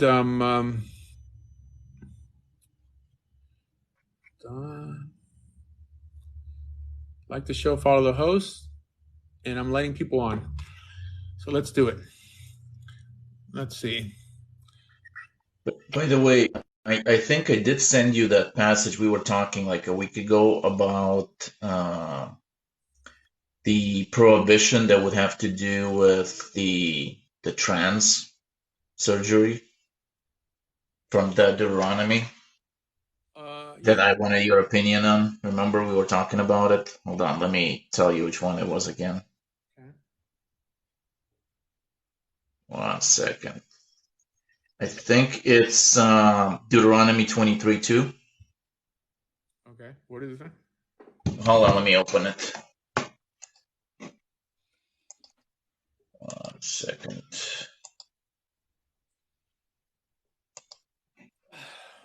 It says, no man whose testicles are crushed or whose member is cut off shall be admitted into the congregation of God.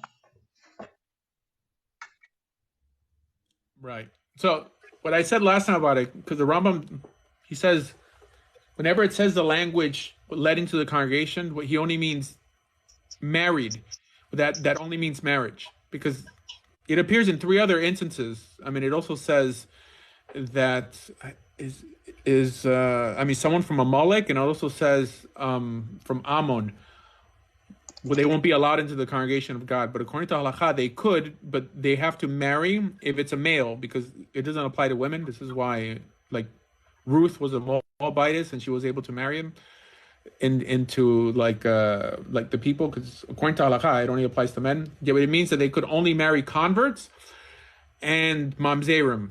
So, like, a mamzer is someone born from an illicit relation, and according to halakha, there's a way to change the status of a mamzer to an Israelite, and the way you do that is by making them a slave and then freeing them. There's a legal process. Of course, these are portions that I wish were clearer, but I'm just telling you what the halakha is. So that's objective, But the word it uses says bekechol, right? So that's really like the, I mean, it's not nation. Nothing to do that with literal interpretations. It's whatever Chazal say it is. I know, yeah. There's a lot of times I find that then I disagree with how it interprets stuff. Yeah, you could disagree with halakha. You just can't. According to halakha, there's something called a zaken mamre. So the punishment of a zaken mamre is death, but that's because he's a rebellious elder, meaning that the issue is not rebelling, but the issue is having the authority to teach other people to do the opposite. That's Correct. what you're not allowed to do amongst Israel. But there's a story of it slips my mind who it was here, but it was the Nasi, and I think it's Rabbi Yehuda, Rabbi Yeshua, that but they have a disagreement when Yom Kippur actually falls. So the Nasi tells him, I want you to appear before me on your Yom Kippur with your staff and your money belt. Saying that I don't care what you happen to be convinced of. What you have to do is what the judges say. So you don't have to be convinced of anything. You just have to behave in a certain way, at least if you're living within the borders of Israel. So the idea that I'm convinced of this or convinced of that, you don't have to be convinced. If you want to live in the land of Israel, you have to behave in a certain manner. This notion of religious tests, of belief is stupid. It's like in Christianity or in Islam. In Islam, like, if you don't believe that Muhammad is the final prophet, like, what if you're just not convinced? Like, what if you know the Bible well enough to know that, you know what? I like Islam, right? I mean, I like the hijab and the niqab or whatever. I mean, right? I'm just not convinced of this. God's going to punish me, right? Hey, look, I'm willing to pray 5 times a day and say what you tell me to say. But that doesn't matter, because if you don't pass a test based off of belief, God is upset at you. So what they're telling you basically is that you have to lie, right? Because the average person who says they believe in the Trinity, who says they believe in Satan as an opponent of God, is not fully convinced of these ideas. But they just know that that's what I do to pick up girls in my community, right? I mean, it all boils down to women, right? No, but the question would be in that argument is like, if you're not convinced that Muhammad is the prophet, why would you do anything that he said? Easy. There's many people who aren't convinced of the founding fathers, like authority to establish law or a constitution, but they want to live peacefully, especially women, let's say. Here, women don't care about the inner workings of things. They're so practical, but they're just like, just tell me what you want me to do. I don't care why. Just, I want things to function and I want order, right? Not everyone is an Avram Avinu, like philosophizing everything and everything has to make sense to them. The average person just wants to be told what to do, right? But you can see that in Judaism, right? Where that goes. So like we have Jews who don't believe that Moses was real or that Moses was prophet or whatever, and then they don't keep law. So then that's just where it goes, right? That's if you don't believe, then you're just gonna walk away, and then within a few generations, you're no longer have any connection to it at all. But we're not talking about those people because those people there's systems at play in the Jewish world that will kick them out of Israel, right? Because someone who doesn't want to keep the Sabbath in Israel is going to be put to death, obviously. So they're not going to be able to remain in the land. But we're talking about someone who wants to live in Israel, who loves the culture, who loves the laws, but it happens to not be convinced that God exists or anything. There's a lot of people like this. There's a lot of conservatives, let's say, who love America, who don't believe in God. Right, but they understand like, whoa, hell, well, these are great ideas, right? And I admire that. I admire someone who's so intellectually honest that they're able to spot a good idea when they hear it, But most people, they have a damn agenda, And agendas are good, but at the end of the day, the guy who's able to appreciate something because it freaking works is so much more valuable than a person who's just told to behave and told to accept. You know what I mean? So I think this is why Abraham was so special, because it seems that God speaks to everybody, but it was Abraham who internalized the message and made some logical sense out of it. Like there had to be one God, there has to be one lawgiver, our gods cannot be made of wood and stone, right? So when someone employs logic, he's just that, the average person does not have a unique thought in their whole life, okay? The average person wakes up, goes to work, stops by the gas station, picks up a case of beer and just watches football, and then does the same thing over and over and over again, okay? All you guys on here, like, could be watching, I don't know, American Horror Story or any good show. Wayne, by the way. Wayne's a good show. Check it out. It was a good show. Too bad that it ended. It ended so weird. It ended so weird, but I love that show. Yeah. But anyway, you guys could be doing anything, but the reason you're here is because you're committed. I hope you're committed to transformation. Okay. I for sure am. I'll convert to radical Islam tomorrow if that made me a better person. And it convinced me that those words must be divine because they do so much damn good on this world. Okay. If that was true, or if I became convinced of it, I'd become that. And I want everyone to have that mindset when they come in this show. Okay. Because I hate when people come here and debate, and then after talking to them for an hour, but they'll acknowledge to you that there's nothing that I could say that'll get them to leave Islam or Christianity because, I don't know, like Muhammad appeared to them or something like that. So you want other people to change, but you're not willing to change also. All right, I'm willing to change, guys. I wouldn't be debating as many people as I do if I wasn't theologically suicidal. Okay, I want to be proven wrong because I want to be on the right path. I don't want to join a gang. Okay, I was in a gang when I was a kid. Okay, I left that world not to. I came here to be a searcher, not to join a club. Okay, trust me. Like, if I wanted to be popular in Judaism, I could just tell people what they want to hear, which is what the vast majority of rabbis do, anyways. So I want to be right. I don't want to be liked. Right? It's nice to be liked, but I have dogs and I have cats. Okay, I can move to Florida and convert to Judaism. Yes, you could contact me. We do free conversions every month, the first Sunday of every month. Guys, like the show, follow, and like. Yeah. Welcome, Mena Forge 4.0. Yeah. Just call me Forged. It's easier. Host, I've been listening in the comments, not for too long, but I heard a couple of points that you said. So are you sort of saying that there's an intrinsic value in the way of living like a Jew as opposed to having a belief in God? Do you think that is, well, like, I didn't quite understand which one you put first, like what was most important. Yeah. So someone believing in God doesn't tell me anything about that person's ethics, right? Especially when people say they're spiritual, that tells me nothing about how that person behaves. But if you tell me that the God you believe in is the God that expects you to live an ethical, moral life as it appears in his instructions, then that tells me a lot. So that includes the ethical belief systems that are offshoots of Judaism, like Islam, Christianity, and of course Judaism. Yeah. Sure. Okay. I know I can understand that. Okay. And then let's say if we were to reduce it to the Abrahamic religions, um, like from a basis of, let's say there is a God, or we all agree there is a God. Let's say we all agree it's the same God in exactly the same way, right? And then so then we sort of move it down to not necessarily institution, but execution of God's expectations, commandments, etc. You're saying that Judaism is the best one in that respect, or Yes. Yes. okay, Mainly because Christianity and Islam didn't really bring much ethics to the table. They took ethics from the Jewish Bible, right? What made Jesus ethical was that he kept Mosaic law.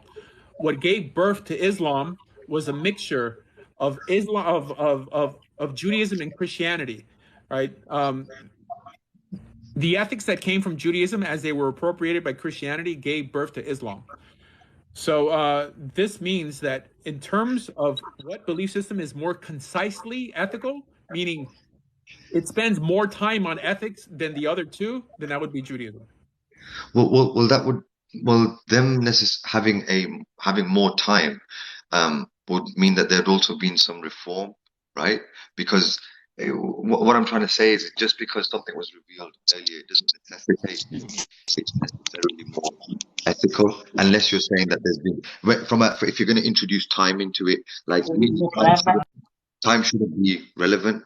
Does that make sense, host? So what I'm saying is, what my point is that something can be understood, discovered, introduced, or revealed first, and it goes through, and time is irrespective. Nothing can come past it that is more ethical because it's already that ethical. Does that make sense? So it doesn't need to have any change. So the amount of time that it has is irrelevant, even if it was revealed for one day or whether it was revealed for 6,000 years, doesn't really make a difference. It would still be the most ethical, but it wouldn't be because of time. Does that make sense? No, because I think that what makes Judaism ethical is that it laid down virtually all the ethics that is Sure. recycled later on in the others' belief system. I mean, not because it's necessarily older, but the other belief systems don't lay down all these laws again because they expect you to know them already, right? I mean, when they reiterate them as they were first mentioned by Moses. So, I mean, it's not necessarily that Moses was older, but the other ones didn't even bother to lay down a complete legal code, right? So they expected you to know the initial code laid down by Moses. So is that where you say the ethics are established, and at that point they're perfect? So not perfect, but ethically the best Mosaic law. Yes. Okay. And what about sort of I'm a layman in this whole, so I apologize if I have any ignorance. What about Talmudic interpretations and or not interpretations, because I know it's an oral tradition, but the influence of Talmudic information when it comes to interpreting the laws of the Torah. So Talmudic law is only applicable for Jewish people. The average Jew doesn't walk around, thrusting Talmudic law on Gentiles. So we don't expect other belief systems to be built off of Talmudic law. So I would say Christianity and Islam are built off of Torah law, not Talmudic law. But Talmudic law fills in the gray area, meaning it makes Torah laws applicable on a social level. Just because these laws were meant to be given or to be kept as a nation. They weren't meant to be internalized in exile. Sure. Okay. So then in terms of, but isn't the argument that you're making that people should go to Judaism and therefore those laws would apply to them? And I understand the value of having the additional layer of nuance that is required to especially if, you have a foundational position, like as an example, thou shalt not unalive, right? You have a foundational position, but then you would also have nuance within that, because there are times when potentially you are under attack, etc., etc., etc., right? That's not nuance. God himself makes a Mhm. distinction between, Sure. No, I'm just saying that I appreciate that. I'm saying I just used it as an example of how it could be applied, not necessarily that it is applied there in that respect. I'm sure that there's also Mosaic law that is, talks about self-defense and or whatever. But I just mean sort of, the day-to-day living, the bit that isn't in the Torah. I can appreciate that. You know, there's some value in the Talmudic tradition. So, but what I'm sort of like, I don't know, like, because when you talk about Christianity and Islam, and I sort of went through a period of growing up religious, theistic to agnostic to then almost atheist. I was trying my best to kind of convince myself to be atheist.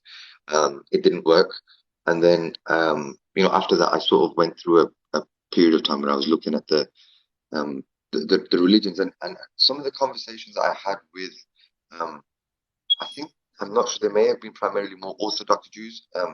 They suggested that I could just, as an example, take the Noahide laws, and that would be suitable. It wouldn't require me. To a certain extent, they were almost telling me not to become Jewish, kind of. Like, do you know what I mean? Like, it was quite a sort of, you don't really want this. This is a burden, or you're not ready for this. Like, you've got to and you have to, you sort of put through a process of, not trial by fire, but with the level of commitment. So, what about that sort of element of it? So I disagree with that. And I'm an Orthodox Jew. I So, think that people who teach that aren't very knowledgeable in Judaism. Even though they have black hats and long beards, that doesn't mean they know much about at least that portion of Jewish law. I think it benefits everyone to become Jewish. Some people are not ready for it right now in their life, but I think it would benefit them to get ready. Yeah. It's not a coincidence that people hate Jews because they're so influential and successful and hyper educated.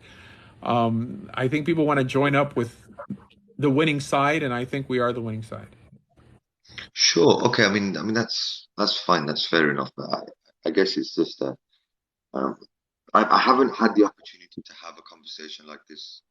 Post. I'm based in the UK. Um, you know, I'm not in an area where there are a lot of Jews that I can actually have a conversation with, and I appreciate you allowing me on. But thanks a lot for your time. I hope to contribute again another time.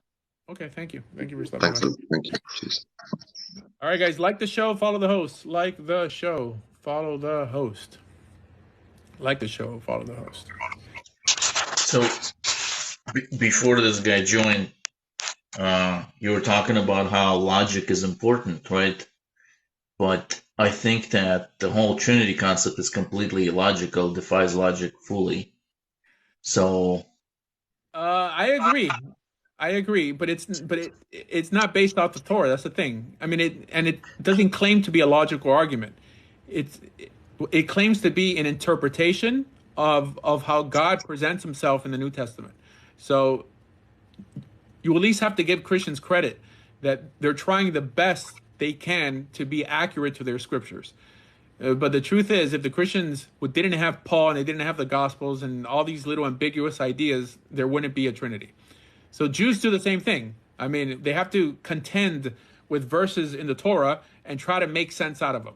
So this is a way of them adhering to the principle of sola scriptura. Like, it's there, so we have to make sense of it. So, yeah. I see how they come to the belief in the Trinity from the New Testament, right? But it's in the New Testament. It's silly when they try to justify it from the Torah. So it's, with the idea that someone attacks someone for believing in the Trinity when they believe that the New Testament is divinely inspired. If you're convinced that the New Testament is divinely inspired, right? More likely than not, you're going to end up believing in the Trinity. So instead of attacking that person for believing in the Trinity, perhaps you should get them to drop Christianity and convert to Judaism, and like that, they would drop the Trinity. But the idea that you're going to attack the Trinity and not just, give them an alternative to that whole belief system that got them to believe in the Trinity in the first place is why Jews make no sense. Okay, when it comes But to what I mean is, like, whenever I had any discussions, right, my first approach is to say that, look, Jesus clearly told everybody to keep the law, right? He over and over repeats to the law needs to be kept. He focuses that you have to keep it in your heart and not just do a lip service, right? That's what he's kind of doing the same thing that Isaiah. He keeps talking about how, we need to basically come back to worshiping from our heart and not just, just doing like being a robot who doesn't care about what he's doing. Right? But then later comes Paul and says, no, this is all canceled and the law of Moses is a curse and all this stuff. And Christians are blindly disregarding what Jesus told them and keeping what Paul told them. So they're like, it shouldn't be called Christianity. It should be called like a religion of Paul or something like that. But they just like, no, you have to do it like from whatever reason. And then I asked them about Trinity, and just from the basic three laws of like logic, right? The law of identity, the law of non-contradiction, and the law of excluded middle. Christianity violates all three of those, and then they just tell you, well, but God is above logic. So, by that point, you just kind of give up, What's the third law? Excluded middle. So basically saying if A equals B and B equals C, therefore A equals C, right? So the question I ask, if they say that Jesus, you're saved through Jesus, right? And I say, but you believe that Trinity, Jesus and the Father is one. Therefore, you could be saved through Father. And they say no, right? So that violates the law of excluded middle, because if Jesus and Father are same, therefore you can be saved through Father, same way you're saved through Jesus, right? They'll say that's more hyperbolic, that he's one. But that's what I'm saying, right? So it violates the law, the basic law of logic. Yeah. I mean, and I'm sure there's things in Judaism that violate that law as well. I mean, that's why it's a religion. It's not a... I don't know. I haven't really found anything that broke the three laws in Judaism. I mean, unless you go into Kabbalah, then it's like a whole mess. The three laws of logic. Yeah. So first one is law of identity. It's hard to believe in much. I mean, to begin with, so like we're not under that law because we haven't placed ourselves under certain dogmatic ideas. But in Judaism, like in Talmudic, there's, or like the 13 principles and all these things, I think a lot of those things do violate it. Like, what I mean by those three laws, right? Those are like the fundamental of how the world functions, and you can't argue them. So law of identity means that this is an apple because it's an apple. It cannot be, like we have to agree first on the definition, right? We cannot, me and you cannot have a discussion if we don't have common understanding of what something is. So if I say it's a phone and you say no, it's a rocket, then we can't talk. Right? Because we live in a different world. Then the second law is the law of non-contradiction, meaning that if this is an apple, it's not a cat. Right? It cannot be both apple and a cat at the same time, because that would contradict. So it cannot be two things at the same time. It has to be A or B. It's not saying otherwise. It's either all A or it's A or B. It cannot be both at the same time. Right? So like I said, for example, if it's an apple, it's an apple. It cannot be apple and cat at the same time. And then the third one is the law of excluded middle, meaning that if A equals B and B equals C, therefore A equals C, right? Mm-hmm. So those three things, it's fundamental logic for everything else in the universe. Welcome, guest. Hello, hey Rabbi, how is it going? Slava Bogu. Хорошо. Very nice to meet you guys. I really like your lives. I always listen. So thank you for inviting me up. I was so what was that? Where are you from? I'm from Iran originally, but I live in US. Okay, very nice. Welcome, actor community. Welcome, West Indies. Oh, my friend, West Indies Legionnaire. Shalom Bracha, Rabbeinu. Shalom, Rabbi, too. I mean, but the paper's coming. Don't worry about it. Baruch Hashem. Rabbeinu, I have a question. In regards of our tradition in Judaism of having 2 day Hagim in Chutz La'aretz and 1 day in Eretz Israel. Do you think it's still practical today, even though the reasons have been because of the calendar, at the time they were advised people living in the Galut about the 2 days and didn't come on time, so that's why they extended for 2 days. But today we got, technology. Everybody knows exactly what the calendar is. What's your take on that? That's a hard question. I mean, I think if you take the Rambam alone, it seems to be, here, look, everybody agrees it's rabbinic, okay? I mean, it's not a Torah law. Back then, it would have been a Torah law because the reason, okay, but he's talking about why do Jews keep holidays for 2 days outside of Israel? In Israel, Jews today still keep Rosh Hashanah for 2 days. But that's the only holiday they keep for 2 days in Israel. So Passover, in America, we have 2 Seders. Well, in Israel, they just have 1 Seder. So the first 2 days of Passover are like our holiday, and the last few days like a Passover or holiday. So this is why Passover technically just ended, or what is it? I mean, Shemini Atzeret, 3 hours ago, 2 hours ago. So the reason why they did this was because outside of Israel, okay, according to Jewish law, we would spot the new moon by witnesses, and when they spot the new moon, that's when they know that it's the beginning of the month. When they know the beginning of the month, then they're able to determine when the holidays will fall. However, they didn't have telephones back then, so when someone spotted the sliver of the new moon, that person ran to Jerusalem. I don't know, like if he was questioned in Jerusalem, but he was questioned by the Beis Din to make sure like he saw what he saw. When this was the case, they would light bonfires to communicate to the next town. I believe by town, I think was specific towns that people would use to determine. But I mean, I understand that there's a good reason for do that, in those times, but. They always say Judaism, evolves and we shouldn't transgress and nothing. But, do that still, I understand still applicable, but do you think it's practical still today? Like, I'm giving the history just so people can understand. So the problem with lighting these bonfires is that our enemies soon started lighting bonfires to confuse the holidays. The Samaritans would light bonfires, and then they stopped the practice of lighting bonfires, and they spread the news of the new moon by horseback. So sometimes the horses didn't make it on time to other places, especially outside of the land of Israel. So to be safe, people kept the holidays for 2 days because it was either going to fall on one of those days. However, that would have been keeping the command from a Torah perspective because one of those days was officially the holiday. However, after the destruction of the Second Temple, the moon was no longer spotted. Hold on 1 second. Yeah.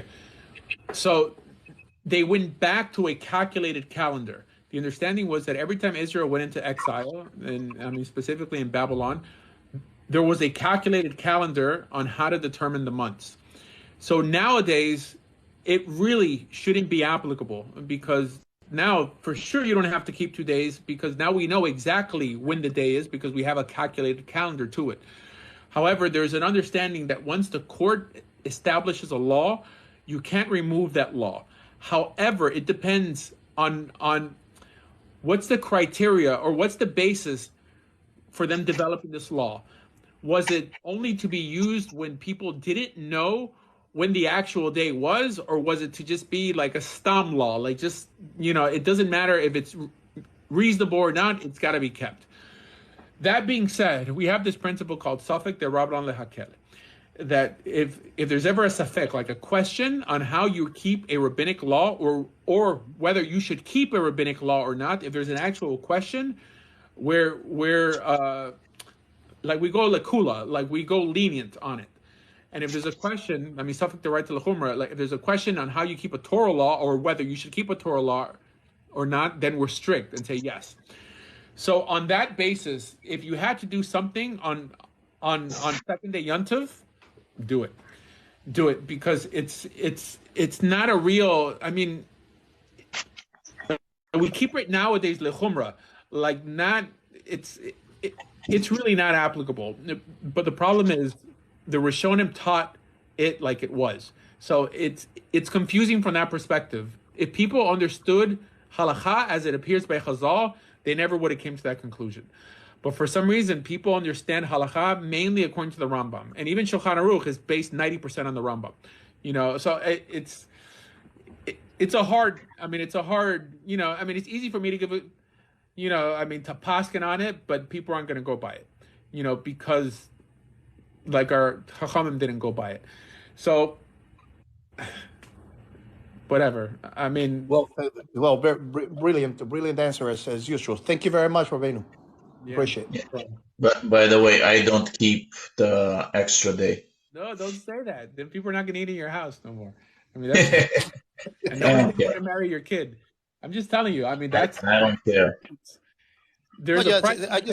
I just bring it this. You know, there's always should be like a way. You know, a lot of rabbis tend to be very proactive in trying to bring it in. You know, because sometimes it could be very intrusive or uncomfortable for people to work. You know, in a galut and stuff. And sometimes when it falls like half day, now the Hagims, you know, arrive on Tuesdays and Wednesdays, the holidays.